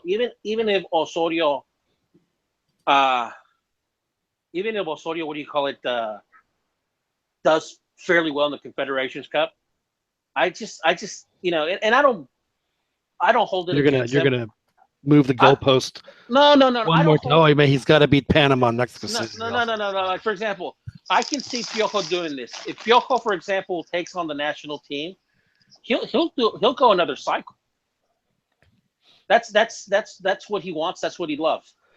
The way I feel about Piojo is he is the one coach of all the coaches they've had in really ever that wants that job. In his mind, that is the greatest job he could ever have. Exactly, and he thinks that he can win with his guys. And I think for Osorio, and like I said, I don't hold this against him. Obviously, I think he's just using the national team as a stepping stone, and I don't blame the guy. I understand why, but as a Mexican fan, I think that Piojo is the right guy, because, like you say, for him that's the ultimate job, and he'll treat it. Because if you give him the national team for 20 years, with delight, he'll do it for 20 years. Yeah, he could be our Washington Tavares.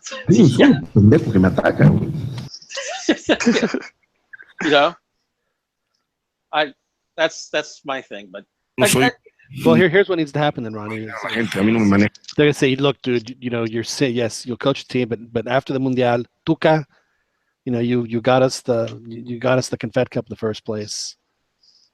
We're not going to make you do any games more than we're legally allowed to do. No extra moleros, and go coach a World Cup. Be great, and then I'll do the other stuff. Tuca? Yeah. John's a big Tuca fan. I'm a Tuca guy. You have to understand, Tuca and I have had a. I know. You guys have a long relationship. I've been crushing on him since I was 8 or 9. He was a great player when I was a kid. But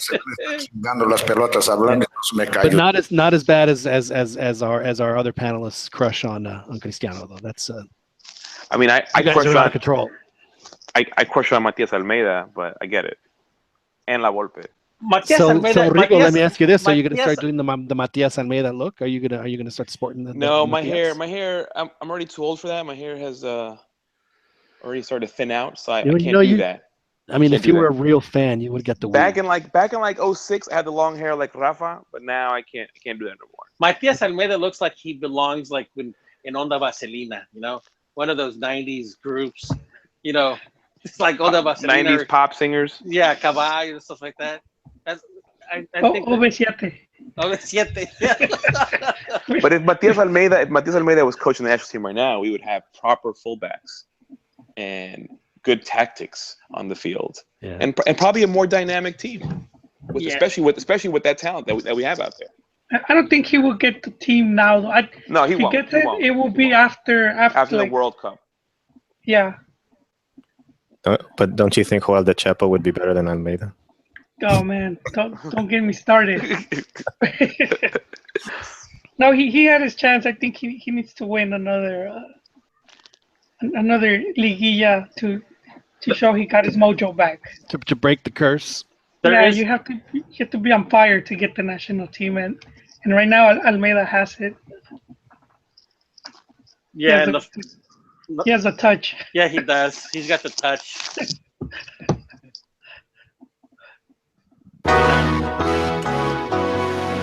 You got the touch. But I do think Osorio is going to prove everybody wrong and win this. In the back of my mind, that's what's going to happen. Just because nobody believes in him, and That's what's going to happen. See, so that to me says that he's poised for great success. And then they'll start hating him.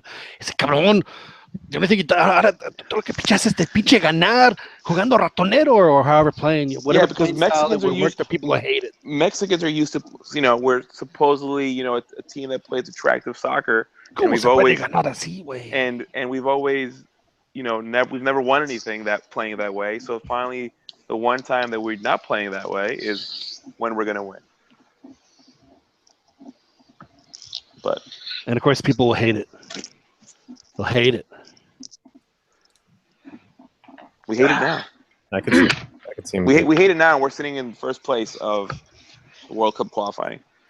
But I think any success that happens right now, I think it's based on the talent. Exactly, the talent. The talent is and also how weak the region is.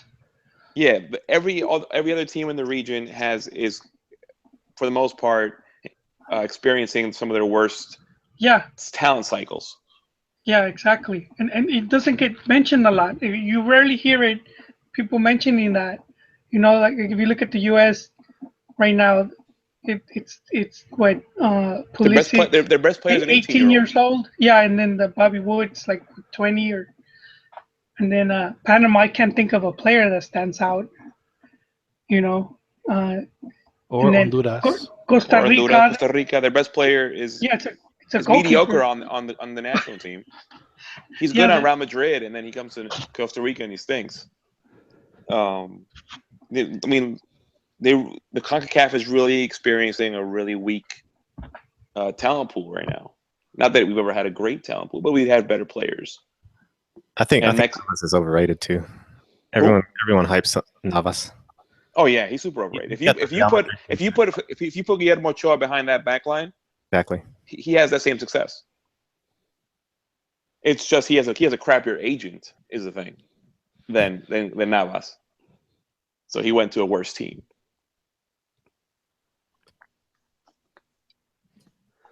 But that's another story.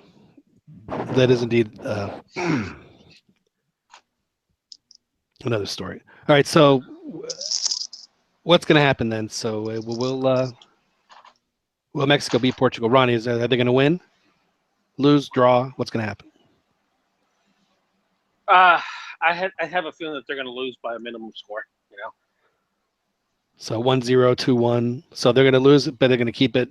They're going to keep it respectable. -1. Yeah. Which is, if you're going to lose -1. All right. Rodrigo, what? I think the 7-0 ass raping. I think that there's a comment that Osorio made that one of the mistakes that he learned was that after it was like 3-0, 4-0, he just didn't really respond or react. So I think this time that if he notices that things aren't going his way, I think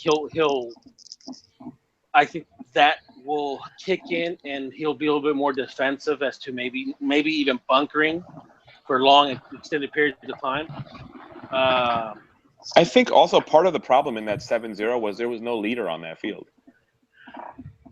There was nobody like saying Mexico jugar con huevos, like the way Rafa would. You know what? After before Cuauhtemoc, there was Aspe.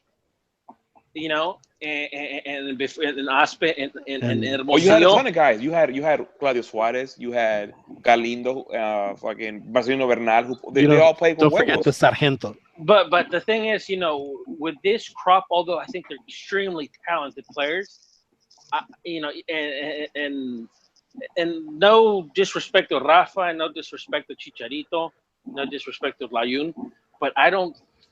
I just think they're on talent alone. They're just super loaded, but I just don't think that Mexico has a player that can say, you know what, I'll carry the team on my shoulders. Only Rafa, and he's 50 years old. I wish we had another Cuauhtemoc Blanco. I really wish. But so to me, that's what it felt like when we were losing to Chile, and we went down 3-0. There was nobody out there that was No, the only guy that played with any kind of huevos in that game was Raúl Jiménez, and that was it. Yes, that was it. Everybody else, they fucking gave up. Yep. And the thing is, is there a player on this team now that, because Rafa's not going to play because he's injured and he's hurt, he's old. Is there a guy on that in those 22 other players that que tiene huevos para levantar el equipo? I don't know. I don't know. I think we're going to find out that Carlos Vela might have that opportunity and possibility. When Brazil got raped by Germany in the World Cup, one of the comments that stood out to me was that Brazil didn't resort to any sort of aggression play, kicking or anti, what people would consider anti-football. But the point that that one of the announcers was making, or one of the reporters was making, was that Brazil they didn't have the same Brazilian, spirit anymore of, like, okay, you're getting your ass beat, but you're not, just like, you don't care, you're not even fighting for it. And going to what you're saying, Rigo, is that, it seemed like nobody gave a shit anymore after the scoreline was 3-0. It's like you didn't have any of that guy just, trying to lift up the players. And that I don't think, I think that's what Mexico's lacking as far as, I don't see that player in Mexico. I think they have the talent, but I don't see that leader. Yeah, it doesn't seem like there's a leader out there, like somebody that's gonna, put the team on their back. Well, Guardado's the captain, but it just doesn't seem like he's a leader. I thought the one guy who would do things to put the team on his back was Tecatito, and he won't be there. Does anybody really know what happened with him? I mean, is it all speculation? Or? I think it's all speculation. Some people say that I think the media in Mexico is trying to play it that it is the doping, that he got caught doping. But I don't know. Yeah, I don't think they're that stupid. I think if he had gotten caught doping, that would have already came out. Yeah. And how wouldn't he have gotten caught on Porto? They can't fake that. I think what happened was, well, I have no idea what happened, but I mean, if it was, some sort of family emergency that they can't really talk about, then, let him deal with that personally, if that's what happened. I have no problem with that. Again, this ain't the Army. They're not fighting for anything other than our entertainment. So I think it's okay if he... And Beto's dollars. Something like that. Fighting for Beto's dollars. That's right, because Beto did not. He wouldn't even pay the high prices. The high prices at the Estadio Azteca to how much were tickets going for? They were going for almost $90 that was the most expensive ticket. Wow. And Beto's a baller, man. He makes that InfoSec money. Wow. Yeah. He just didn't want to sit with the commoners. He could have paid in bitcoins. Hey, do you take bitcoins? What is the Bitcoin to peso exchange rate right now, Chiquis? It's like 12 avocados. I think did he drop? No. I'm here. No, Chiquis is. Oh. Yeah, I wasn't motivated to go to the game. So Chiquis said they're going to win or lose or tie. What's going to happen? Prediction. Tengo miedo. No, I think it could be a tie. A draw? Yeah. All right. So we have Ronnie loss. Rodrigo, I believe you said loss. I think they're gonna lose. I'm hoping for a draw, but I think they're gonna lose. All right. So your heart says draw, your head says lose. Yes. All right. Okay. Dan. Okay. Sorry, I dropped off. Daddy responsibilities, of course. No worries. We're doing predictions for Sunday. I thought you were calling him Daddy, to be honest. Call him Poppy. Poppy Duty called me, so I'm predicting a 2-1 victory. Wow. Yeah, I got faith. Dan, bringing it. Woo! That's awesome. Way to go, Dan. 2-1 win for Mexico over Portugal. Oh, dang it, I call him. Oh, well, we'll get to the caller after we go through. Oh, he dropped? We lost him? Wait, can I add a little bit more to it? Can I add a little bit more context? I'm yes, please. A Vela goal, an Araujo goal. Oh. Araujo? Yes. And a Ronaldo goal off a bogus, phony penalty. That's my bogus phony penalty. Okay, I know we have a caller, but just want to get through these. When we get Joel's prediction. Joel, what you got? Same. Put me in the defeat camp. In the defeat camp by la mínima, or is it going to be more than one? Mínima. I'll say mínima. All right. 1-0, 2-1, something like that. All right. Does Cristiano score? I'll say yeah. He'll get on the score sheet. Okay. If Mexico holds Cristiano scoreless, does Mexico win the game? Yes or no? Only if we were like Guatemala or no. Yes or no, dude. Yes or no? If Mexico holds Cristiano scoreless, do they win the game? You said, so no importa. Oh, I thought you meant like moral victory. No, dude. I don't do. You mean during the game? I am not an Aggie. I don't do moral victories. No. I mean, look. Portugal pretty much played the Euro Cup final. You know, if Gignac scores, if Gignac doesn't hit the post, it would be Mexico-France. It could have, but I mean, they played without him and they still managed to win. So. That's true. He did get hurt, didn't he? I forgot about that. Yeah, early on. But didn't he come in, no. or he couldn't? That's right. He couldn't play. He couldn't play. Estaba chillando, wasn't he? His moral support from the bench. That's right. And then he went on and had the craziest season I've seen. I've seen him have for sure. Scored just a crazy amount of goals. We couldn't beat their B team at the World Cup. No, we couldn't. And we couldn't beat their B team ahead of the World Cup. Yeah, I just don't see it, John. But I hope I'm proven wrong. All right. Who has joined us here on the CantinaMX podcast? Who do we have on the line? Hello, everyone. It's Tomas from Chicago. Hey, it's Tomas from Chicago. How are you, Tomas? It's been a while since we heard from you, but glad you were able to give us a call. Tomas, right off the bat, what does your head tell you, and what does your heart tell you for your prediction on Sunday? Incidentally, my father is Portuguese. My mother is Mexican, so I follow both teams, and I hear you guys. I share a lot of the same sentiments that Mexico, or maybe I'm in the camp that thinks that with the Osorio system, he doesn't really have a system, and he relies a lot too much on individual performances. That's why I think the absence of Tecatito is going to be huge, because he's one of those guys that shows up and makes those miracle goals for Mexico. So now it's going to be hard for Vela by himself.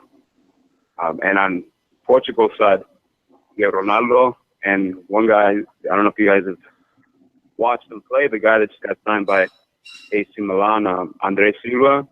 I think he can possibly make an impact too, but I mean, it's not like Portugal is a offensive juggernaut. So I can honestly see the game going either way. A 1-0 victory. I'm going to say that Portugal wins 1-0.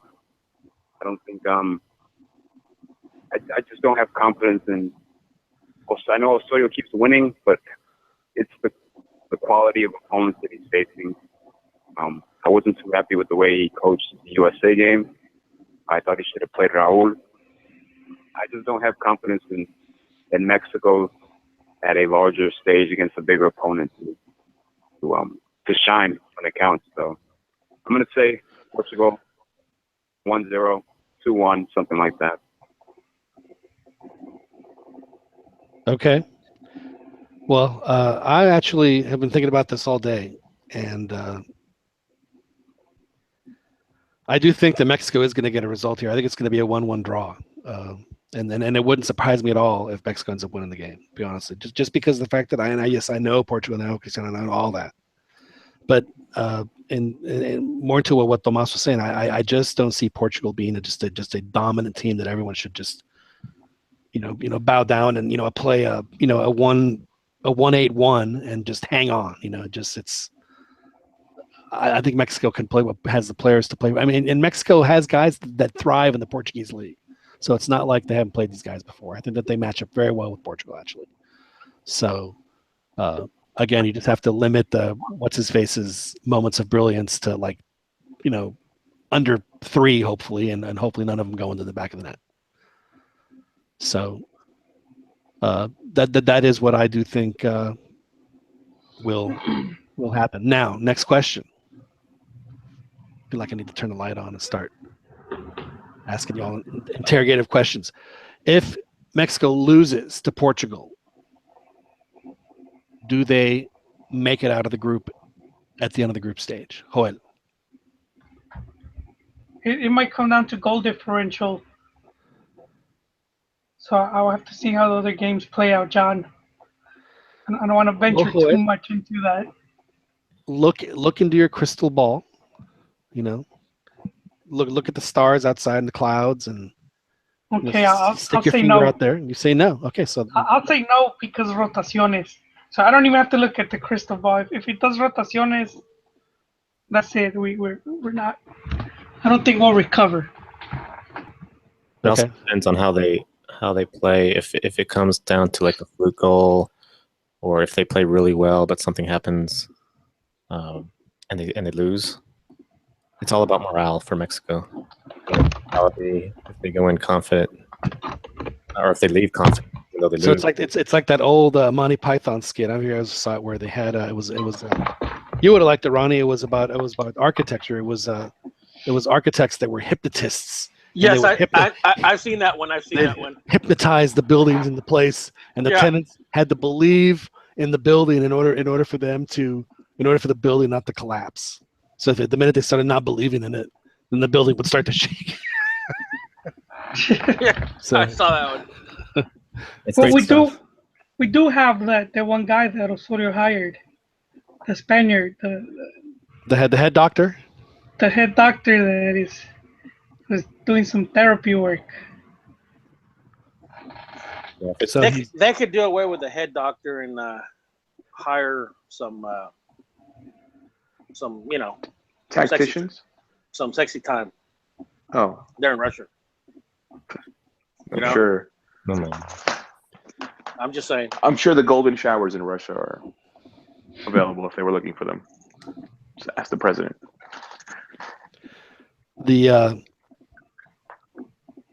I mean, obviously, the game against Russia will determine whether or not they advance into the semifinal round. But so losing to Portugal really is not that should still be a prize out there for Mexico to have, even if they lose this game. And now, Joel is absolutely 100% right that is the goal differential is going to be the key, because in all likelihood, chances are pretty high that Mexico and Russia are probably going to be tied, possibly, going into their game where whoever wins that game is going to move on, but whoever ties it is going to. So it's going to fall on the tie. You know, who gets the win and the draw advantage, and that's going to come down to goal differential, I think. So it's if they do end up losing, they got to keep it like everyone's saying, la mínima, and then that'll help. But if they lose by 2 or 3, then I think it's going to be really hard for them to advance, and then that's when But apparently the Russian team isn't experiencing their best. Dude, it doesn't matter. It's still Russia, and they're still playing at home. I think Mexico can beat Russia. Oh, they can absolutely beat Russia, but Russia can absolutely beat Mexico. You know, that's yeah.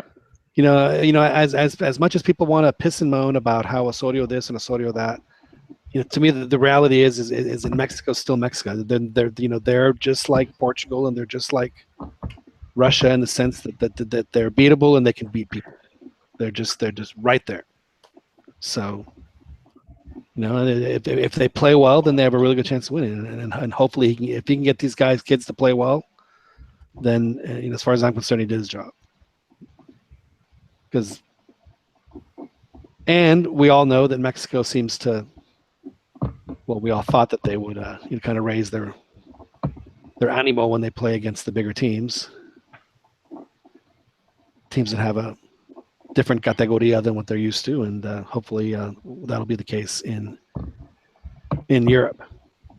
When they play in the Confed Cup, they play Portugal first, and then New Zealand, and then they end up with Russia. I think it was like about a week. It's over the weekend, I think. Next Saturday or Sunday. I forget what the day is. I guess I could probably look it up. Chiquis, you know what days the games are? Yeah, they play the 21st, which is Wednesday, against New Zealand, and then the 24th. 24th. It's a Saturday. Russia.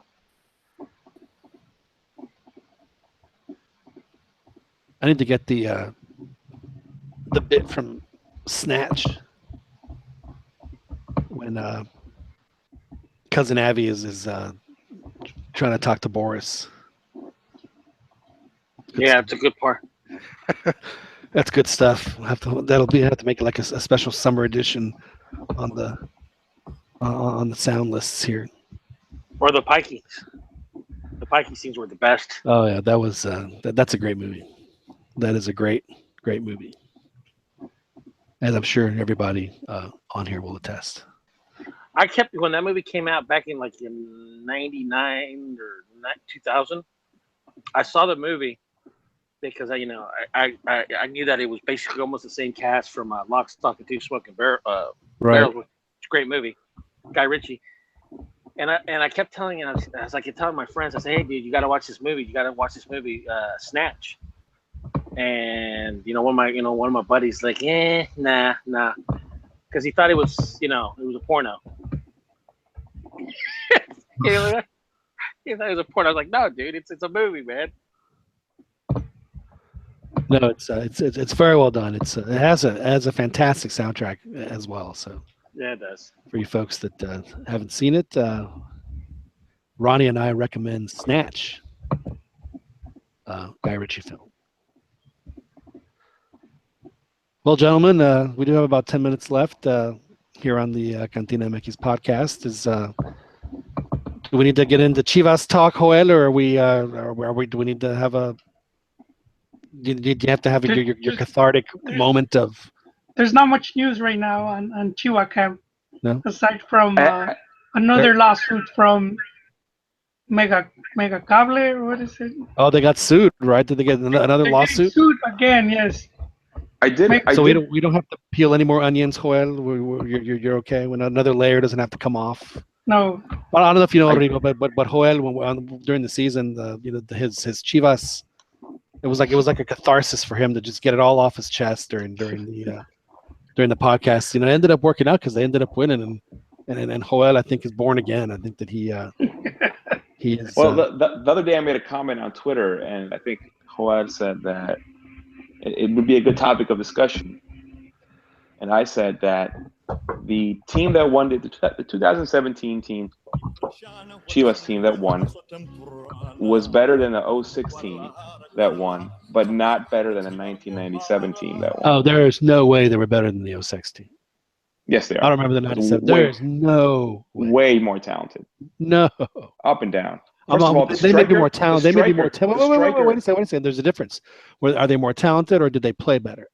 Because the 06 team was a much better team than the one that won here. I don't think so. Entraron de repechaje. Who cares? The 06 team. What do you mean? Who cares? Doesn't mean they're better. They did not play better soccer than the 06. Yeah, but they were a better team. I don't think so. I have to disagree. Yeah, but it's Liga MX. All you have to do is qualify. This year's team. The real season starts with the Liguilla. This year's Chivas team seemed like guys that were just like speakers running around. Something like I don't deny that at times Chivas looked really good. Yeah, there's no way. What happened? Back then, who did they have? They had Bofo. Then they had Ramoncito. Those are Omar Bravo, who stunk. Okay. I've always disliked Omar Bravo, so. Well, he might have been the top. He was really at his prime at that time. Yeah, though. He scored a lot of goals for Chivas. Probably the best keeper that Chivas has ever had. They were the base of the national team. Yeah, so you got to 5 or 6 Chivas players started on the national team back then. They could be the base right now. If you really think about it. The B team, they are the base but the B team. They could be the base for the. They could be the base for the A team. I think that's a bit of a stretch. Yeah, that's. You could start Chapo Sanchez and Aris Hernandez. No. On either. Yes, you could. Yes, you could. And they would be a lot more. See, this They would be a lot better. Chivasness coming out. No, they would be a Big time. lot better than whatever fullback, except for Miguel Ayun, that they put out there.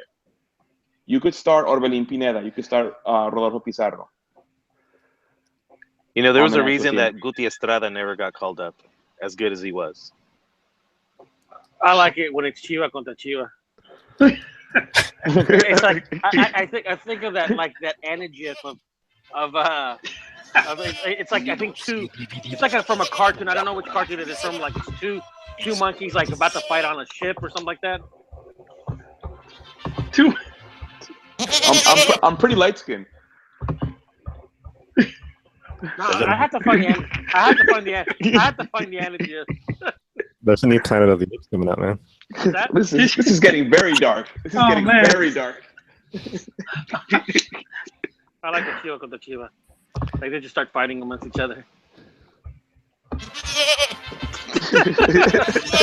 Unidos y divididos por el amor a la camiseta. Esto es Chiva contra Chiva. Where do you find this stuff? Dude, I didn't find it. I made it. But like besides Orbelín, Pizarro, I mean Alan Pulido still yet to prove himself. Gallito, you tell me Gallito can't play the center defensive mid spot for the national team? Not in front of Jonah. When he already did it in the national team, and we don't have a true center defensive mid? Yeah, we do. Who? Molina? Oh, no, Molina. Did he make that? I don't think he made the team either. No, he didn't make the team. Who is the true center defensive mid the team Mexico has?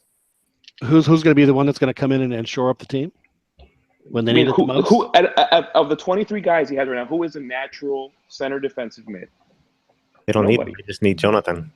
Yeah, but Jonathan and Herrera have done great taking turns doing it. And Jonathan is Herrera has not played center defensive mid. Jonathan plays it. Guardado plays it very well. Jonathan's tenacious as hell.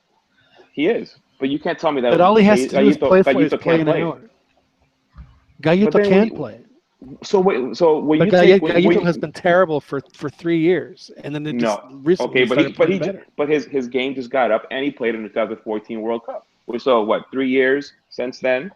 Yeah, well, so did Carlos Peña, and they sent him to Scala. That's how bad they wanted to get rid of him. But Carlos has stunk for the last 2 years, and he's still playing.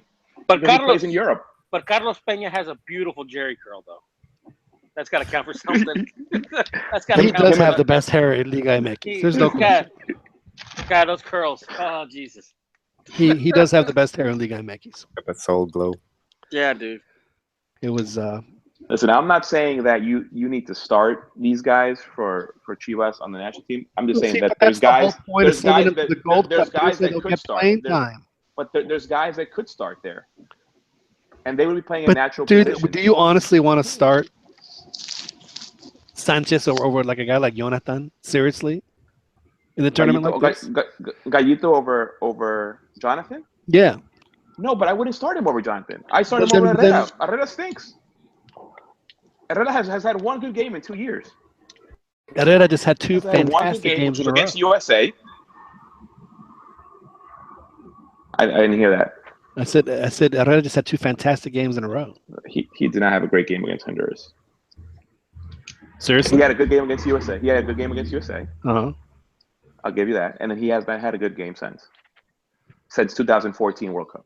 But he's been constantly playing there. And I think Gallito Vázquez can didn't Hector Herrera also score like a hell of a goal in the Gold Cup that I think was it against Trinidad and Tobago? I don't know. Who was it against? Yeah. He did, and then he also got one in a friendly against them too. Yeah, it was like. And he came within 2 centimeters of getting another one Sunday. The other day, yes. Yeah. Looks like he played well on Sunday. I'm not saying he didn't. And he played great against Honduras too. And those through balls that he was throwing there were exquisite. It's just too much of a risk. He did like 4 or 5. It was outstanding. I just think it would not hurt the national team to have a true center defensive mid. Dude, they have one. They do not. Yes, they do. Who? Are you kidding me? Marquez? Yes. Yeah, I knew that's where you were gonna go. He can give you a solid 30 minutes. Solid. But you know what? Who would you rather have playing the center mid if to protect a 1-0 lead against Portugal? Who do you think is going to come into the game? Exactly. You think Rafa Marquez is going to come in? Of course he's going to come in. If they're winning 1-0, even if they're losing 1-0, he's going to come in and play. Yeah, because he's the only leader that Osorio has on that team. Well, then you know what? He needs him to play. Yeah. What is wrong? Why do people have such a bug up their ass about if how long did Yepes Okay, so play if for Rafa Colombia? Marquez, if you can have Rafa Marquez and you can have Carlos Salcido playing on the national team, and he's gonna be more productive than Rafa Why Marquez would you want to have him? What do you mean? He's just as good, if not better, than Rafa Marquez. He brings nowhere near the leadership qualities that Rafa does. Nowhere near the respect. Are you kidding me? Are you kidding me? Players. Are you kidding me? He was there with the 2012 Olympic team. He was there with he turned down the captaincy. He was with the 2012 Olympic team. He turned down the captaincy for the night. He didn't want it. What does that have to do with anything?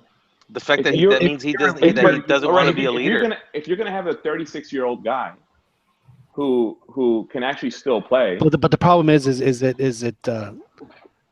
Salcido's a terrible defensive midfielder.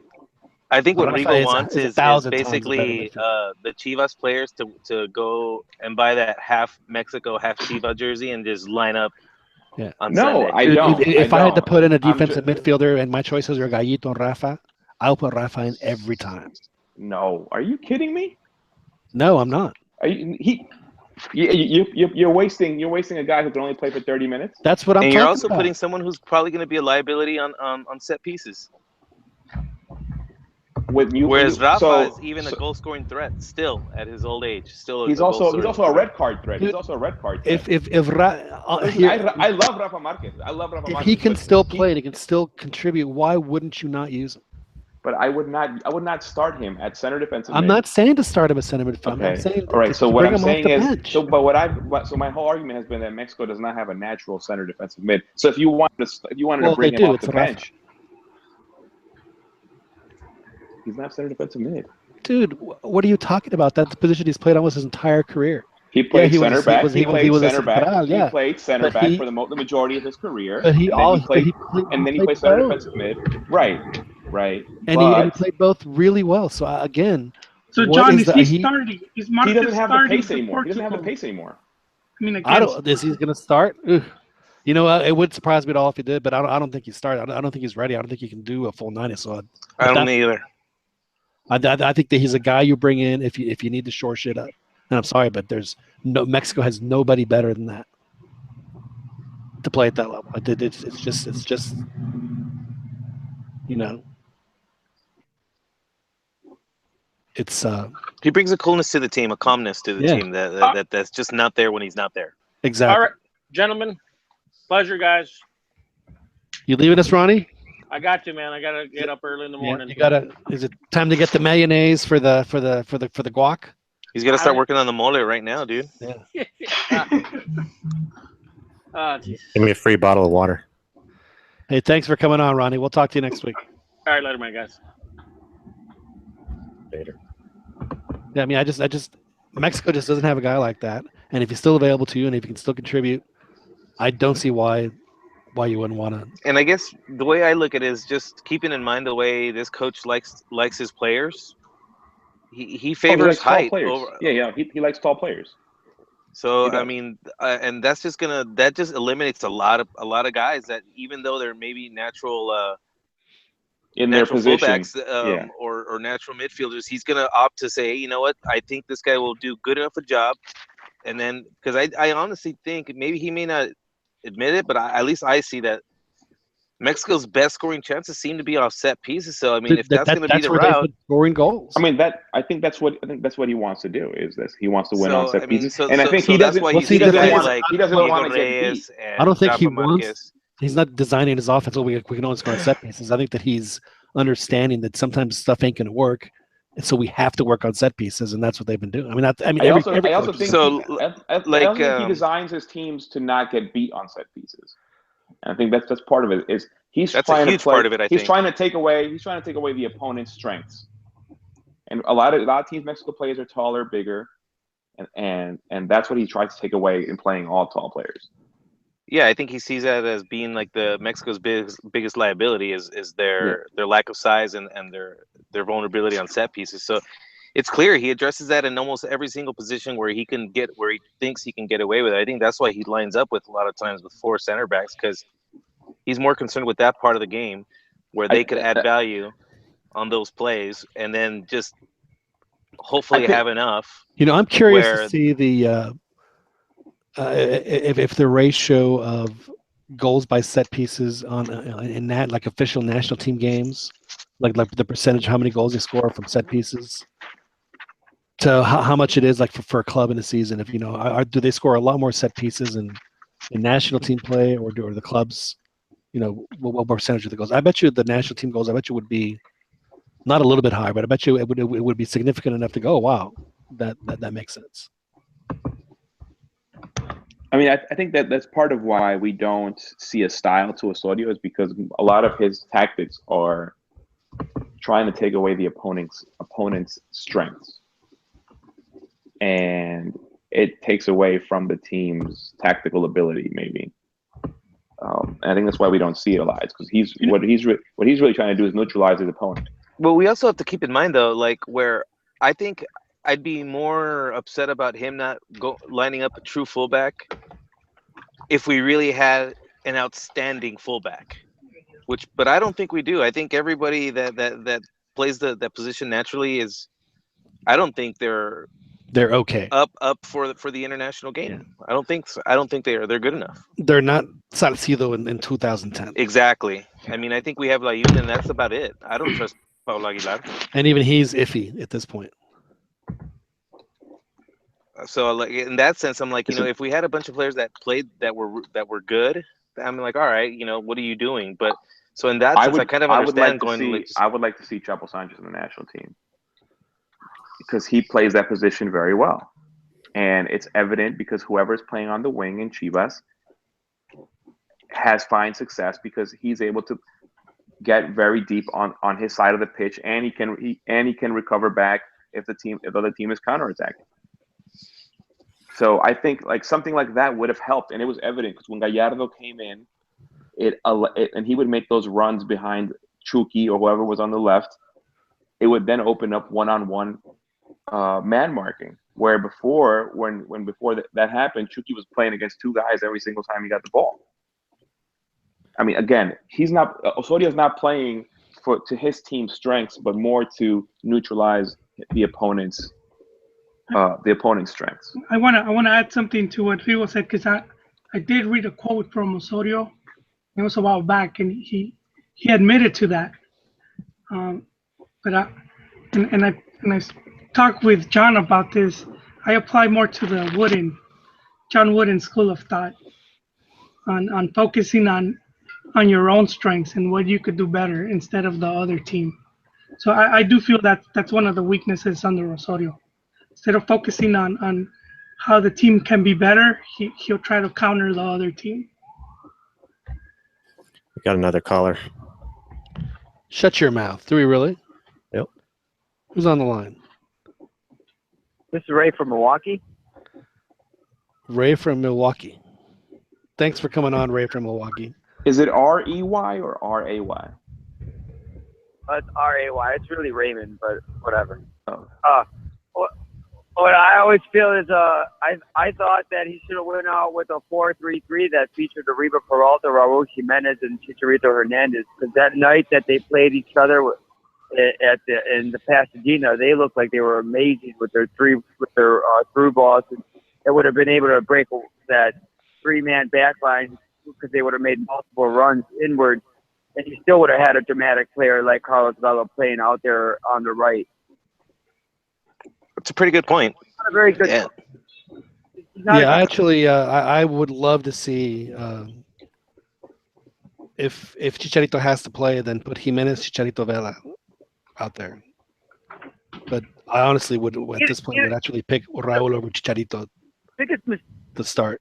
I would pick Raul over Chicharito too.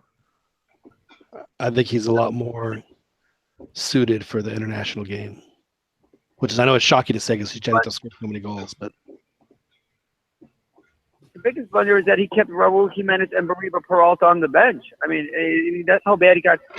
Bruce Arena is not known to be a tactical genius, and when you get out-coached by Bruce Arena, you're not a good coach. he's like a coyote, and we all see what happens. The Roadrunners still beat them. I mean, I thought it was a mistake to not have another striker, especially when USA was pretty much when Cheech was pretty much playing up against three defenders by himself. Yeah, it was just right.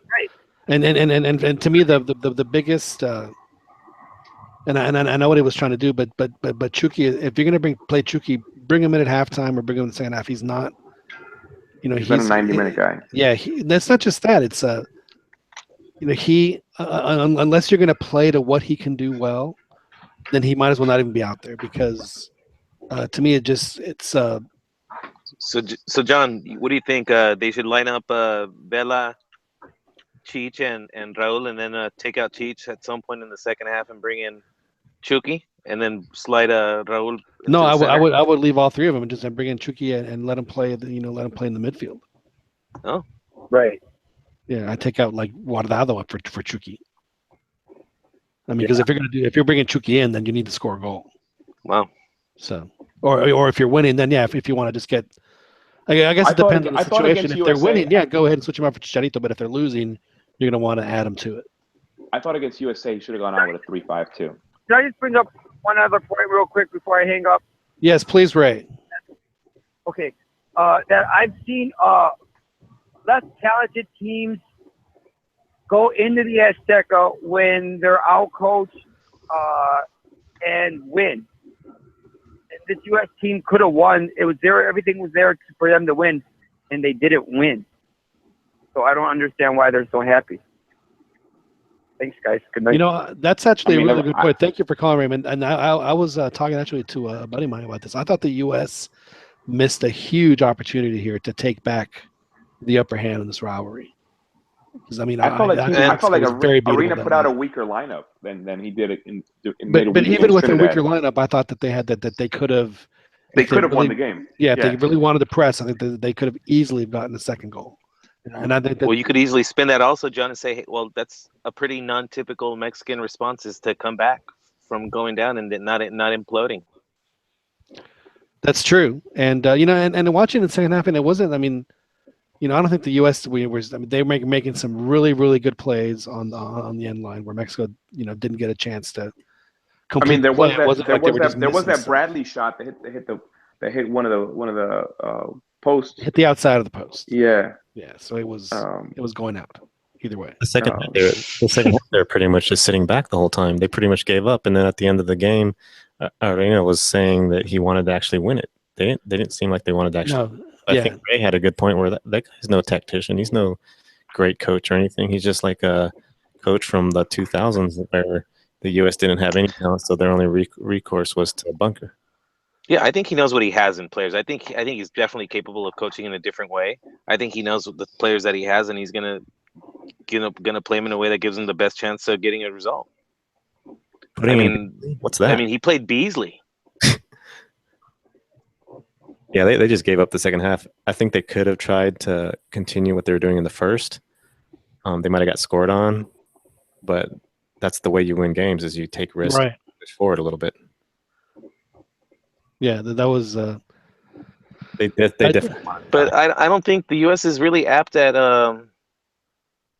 getting goals from open play. I mean, their goals are going to come off. Not even open plays and mistakes. Yeah, that's what I'm saying. Like not even open play. Like that run, that going forward that Bradley did for that goal that he scored, they didn't do any of that the second half. Very, very few times. If they would have continued just a little bit of pressure or going up, maybe one or two players. Yeah, but the other thing that they were doing Paga la secadora. They were, especially at second half. I mean, they weren't even bothering to go even up to the midfield stripe. Yeah, exactly. Yeah. So, yeah, it just didn't make sense because I mean, this game I thought was it was just not a good time to play this game. It was a trap game. I thought that they were going to catch Mexico napping. Honestly, I was last week when I said it was going to be a draw. There was a really good. I just thought that Mexico had a chance to lose this game. I thought that would be absolutely devastating for them, just because of that. that strong constitution that the Mexican players seem to have when they lose games like that. They react so well. But yeah, so, I think right now maybe I'm a little delusional, John. I honestly think that the result was largely circumstantial. If they don't make that mistake, I think the game goes in a much different direction. That's why I feel kind of decent about our chances going against Portugal.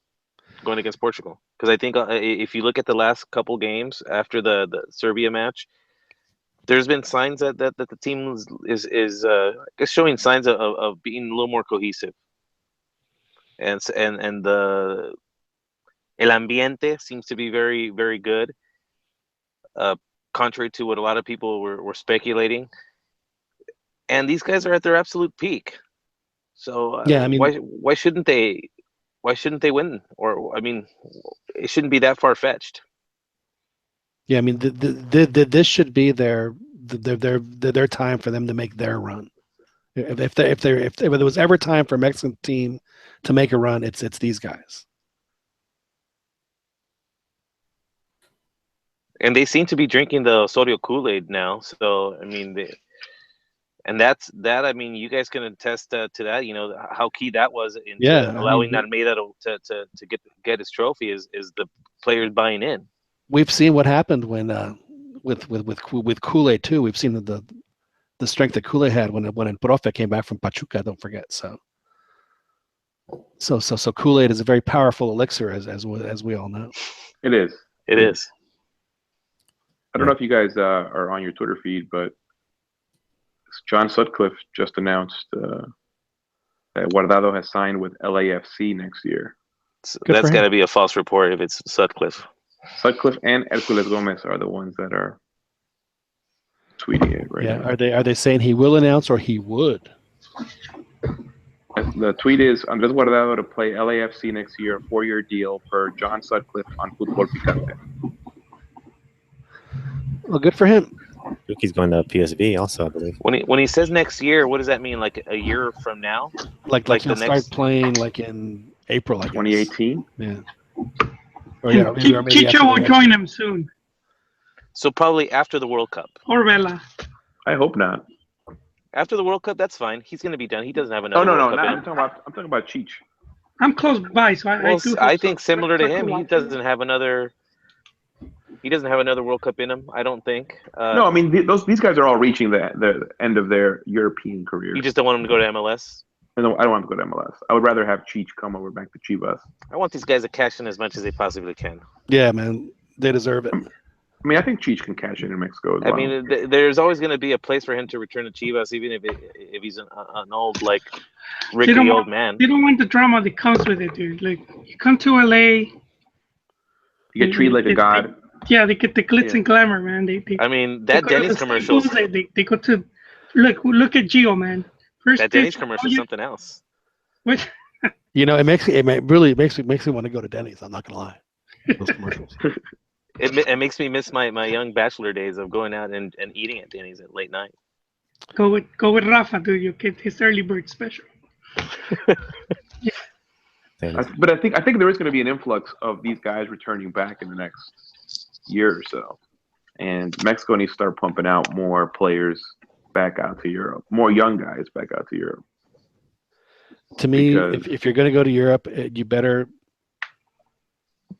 go to an opportunity that's going to be better than what you're playing in Liga MX. Well, speaking of Europe, then there's no point. It was a pretty busy week in that aspect. We have a guy now at Roma. I am really excited about that. And that's pretty dope. Because if he doesn't break his leg against Holland, he gets a monster deal after the last World, because he had a terrific World Cup. Yeah, up until that point. I'm gonna have to bust a plastic fanboy move and buy that jersey. The Roma jersey? Yeah, I mean, I need a reason. That's a dope jersey. I love their crest. I have been drawn to Roma because of the uniforms since I was a kid. I'm not gonna lie. I think it's yeah. I have that the crest, man. I have the orange one. That's a gradient orange, so like a red. In fact, well, you guys really just draw out all this crap out of me for some reason. I don't know why. But when I first played the FIFA game, the first after Pumas, of course, the very next team I picked to win it all or whatever it is, to do the whole season stuff was Roma. It was fun. I think I had Cuauhtemoc on that team for a couple of years. He used to kill it in that game. He was terrific.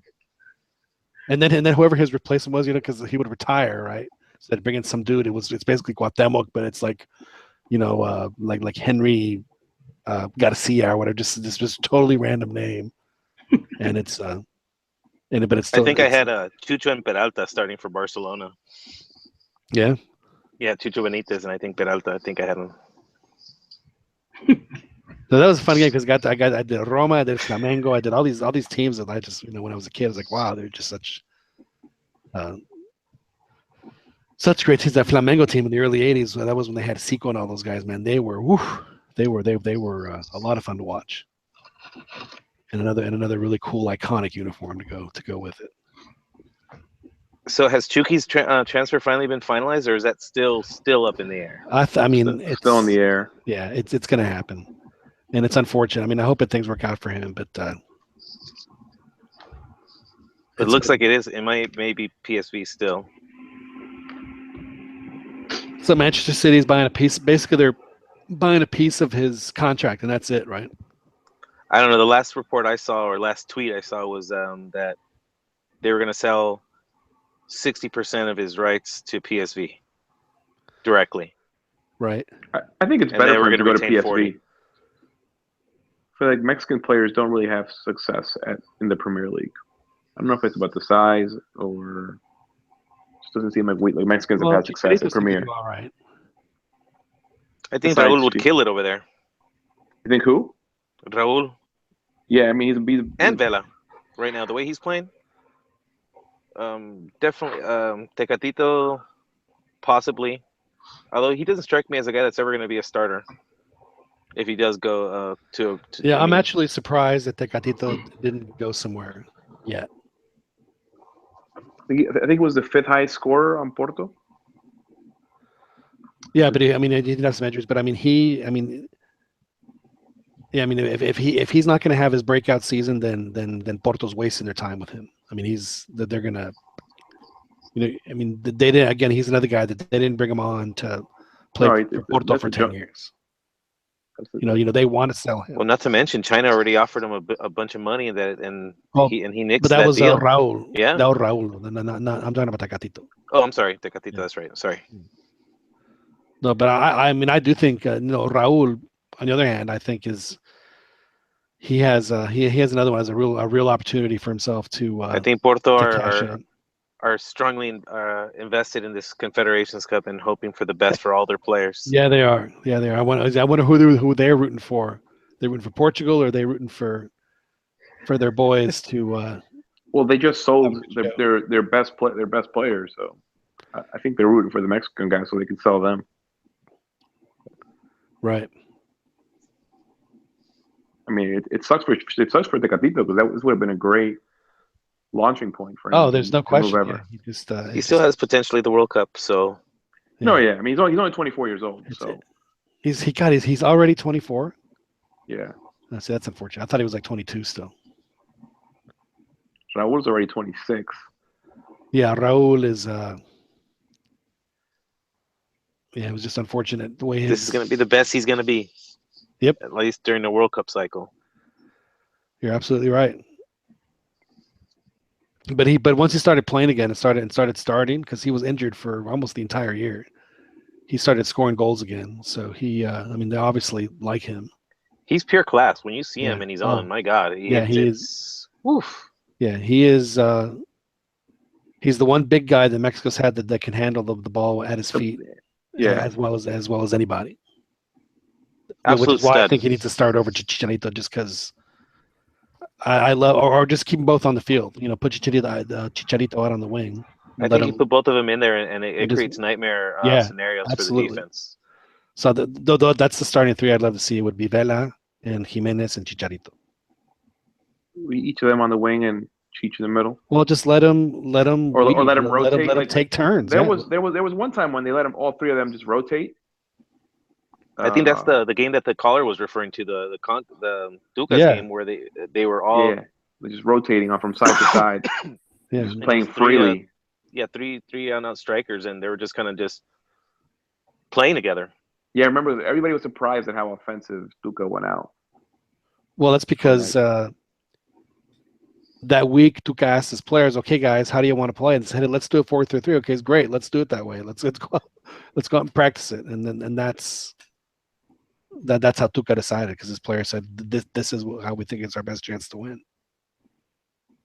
So, God bless Tuca for listening to him. It's like, dude, we got 3 days. What do you want to do? It's like the end of one of those cheesy sports movies. We got 3 days to go. How are we gonna get better? We're gonna study all night. Did Joel drop off? No, Joel still is. No. Oh, okay. Well, gentlemen, it's probably a good time to wrap it up if we're wondering whether or not we have panelists still on the line. So probably a good time to say goodnight. Oh, I did notice that. I gotta. Wow. Said he was wondering if Roma jerseys come in double XL. Hopefully they do. But if that's a European size, that's probably only amounts to like a large here. Yeah, or like a medium. But you know what? It doesn't. I've seen plenty of fat guys in Europe squeeze into them, so I think they're stretchy enough, Serge. No, yeah. I mean, I have a large, and they're pretty snug. I remember when larges were in the drawer. It was a lovely time back in the day. Well, gentlemen, we'll go ahead and wrap it up. So, one last question before we go. If Rodrigo asks you, if Mexico loses to Portugal, do they make it out of the group stage? Yes. All right. I think so. Dan, if they lose to Portugal, do they make it out of the group stage? Yes. And I know, Joel, you already said no. No. Chiquis? Depends on how they lose and what they're... No, there's no depends. It's a yes or no. If they lose to Portugal, do no. they make it out of the group stage? No. So I think we can all agree that if they beat Portugal, they're going to make it out of the group stage, right? So that's not a... Or tie. Or tie, yeah. If they win or tie. Even a tie, yeah, because chances are, well, but a 6 points obviously going into Russia, because you assume they're gonna beat New Zealand. So Ronnie says no. Ronnie's gone. We don't. He's on the chat. His opinion. Yeah, man, F that guy. Yeah. His opinion, unless it's in verbal form. He says, "Why, John? No, ask me." He's just responding with his heart. Yeah, well, I knew Ronnie was going to say no anyway. Well, I thought we did ask Ronnie before. Just like America's always going to win the league. That's right. Well, I do think that they'll make it out of the group even if they lose to Portugal. I think that this is the most inconsequential game of the three. I think that it is the gravy game. If you get a result here, great. If you get a win, great. If you get a tie, good. But if you lose, make sure you only lose by one. So I think I don't know. I just have trouble believing they're going to lose. I mean, think of all the teams. I mean, it didn't affect them against. They're very well accustomed to playing the host city, the host country.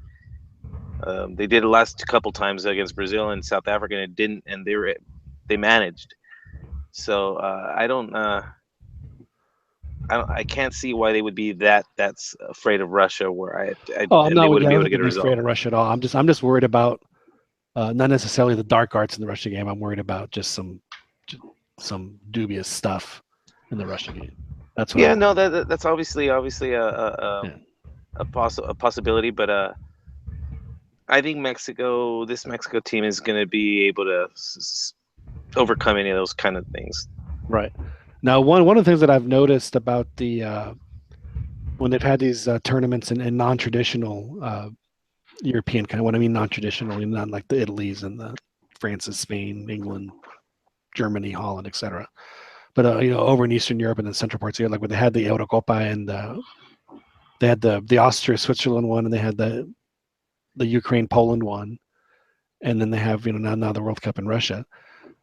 none of those, there was the first time in a long time where the host countries did not make it out of the group stage, starting with those tournaments. I noticed it in the Eurocopa, and I want to say it was both. I can't remember if Poland or Ukraine made it out either in theirs. And then, so it just seems interesting to me that's happened recently with the Eastern European teams. And let's face it, Mexico does play well against Eastern European teams in tournaments anyway. So they got that going for them. Well, hopefully Mexico get the result. Ultimately, winning games like this mean a whole lot when it comes to the FIFA ranking, and if they can somehow manage to get into the top 7, but in the October 2017 rankings, then that would ensure them the opportunity to get that group seed, which would certainly help them in their pursuit to make a nice deep run into the World Cup. So a tournament that's not necessarily very important in prestige, but a tournament for a country like Mexico, it is vastly important in helping them get whatever advantage they can get when it comes to playing the World Cup, which would be next year again in Russia in 2018. So a big tournament for Mexico, big opportunity for them. They have their golden generation that we've discussed. So, hopefully it's time for them to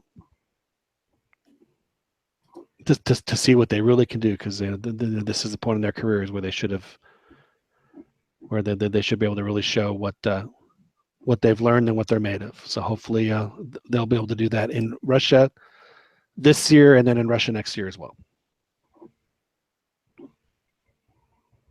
Gentlemen, thank you very much for hopping on here on the CantinaMX podcast. Really appreciate it.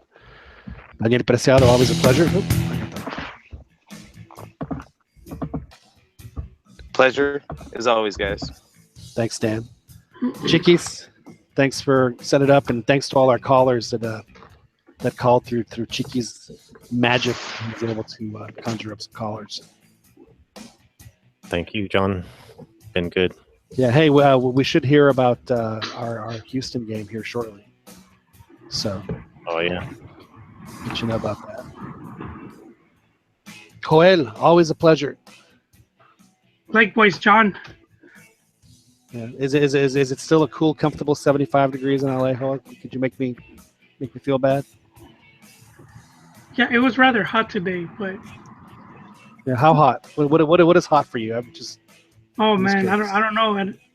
I didn't check, I think it got up to 90 over here today. Really? Yeah, there you go. But it's cool now. Well, that's what's up. Well, anyway, Joel, it's always a pleasure. We'll talk next week. Thank you, sir. Rigoberto, thank you very much for joining us again here on the Cantina. Hey, thank you guys for having me. It was a blast.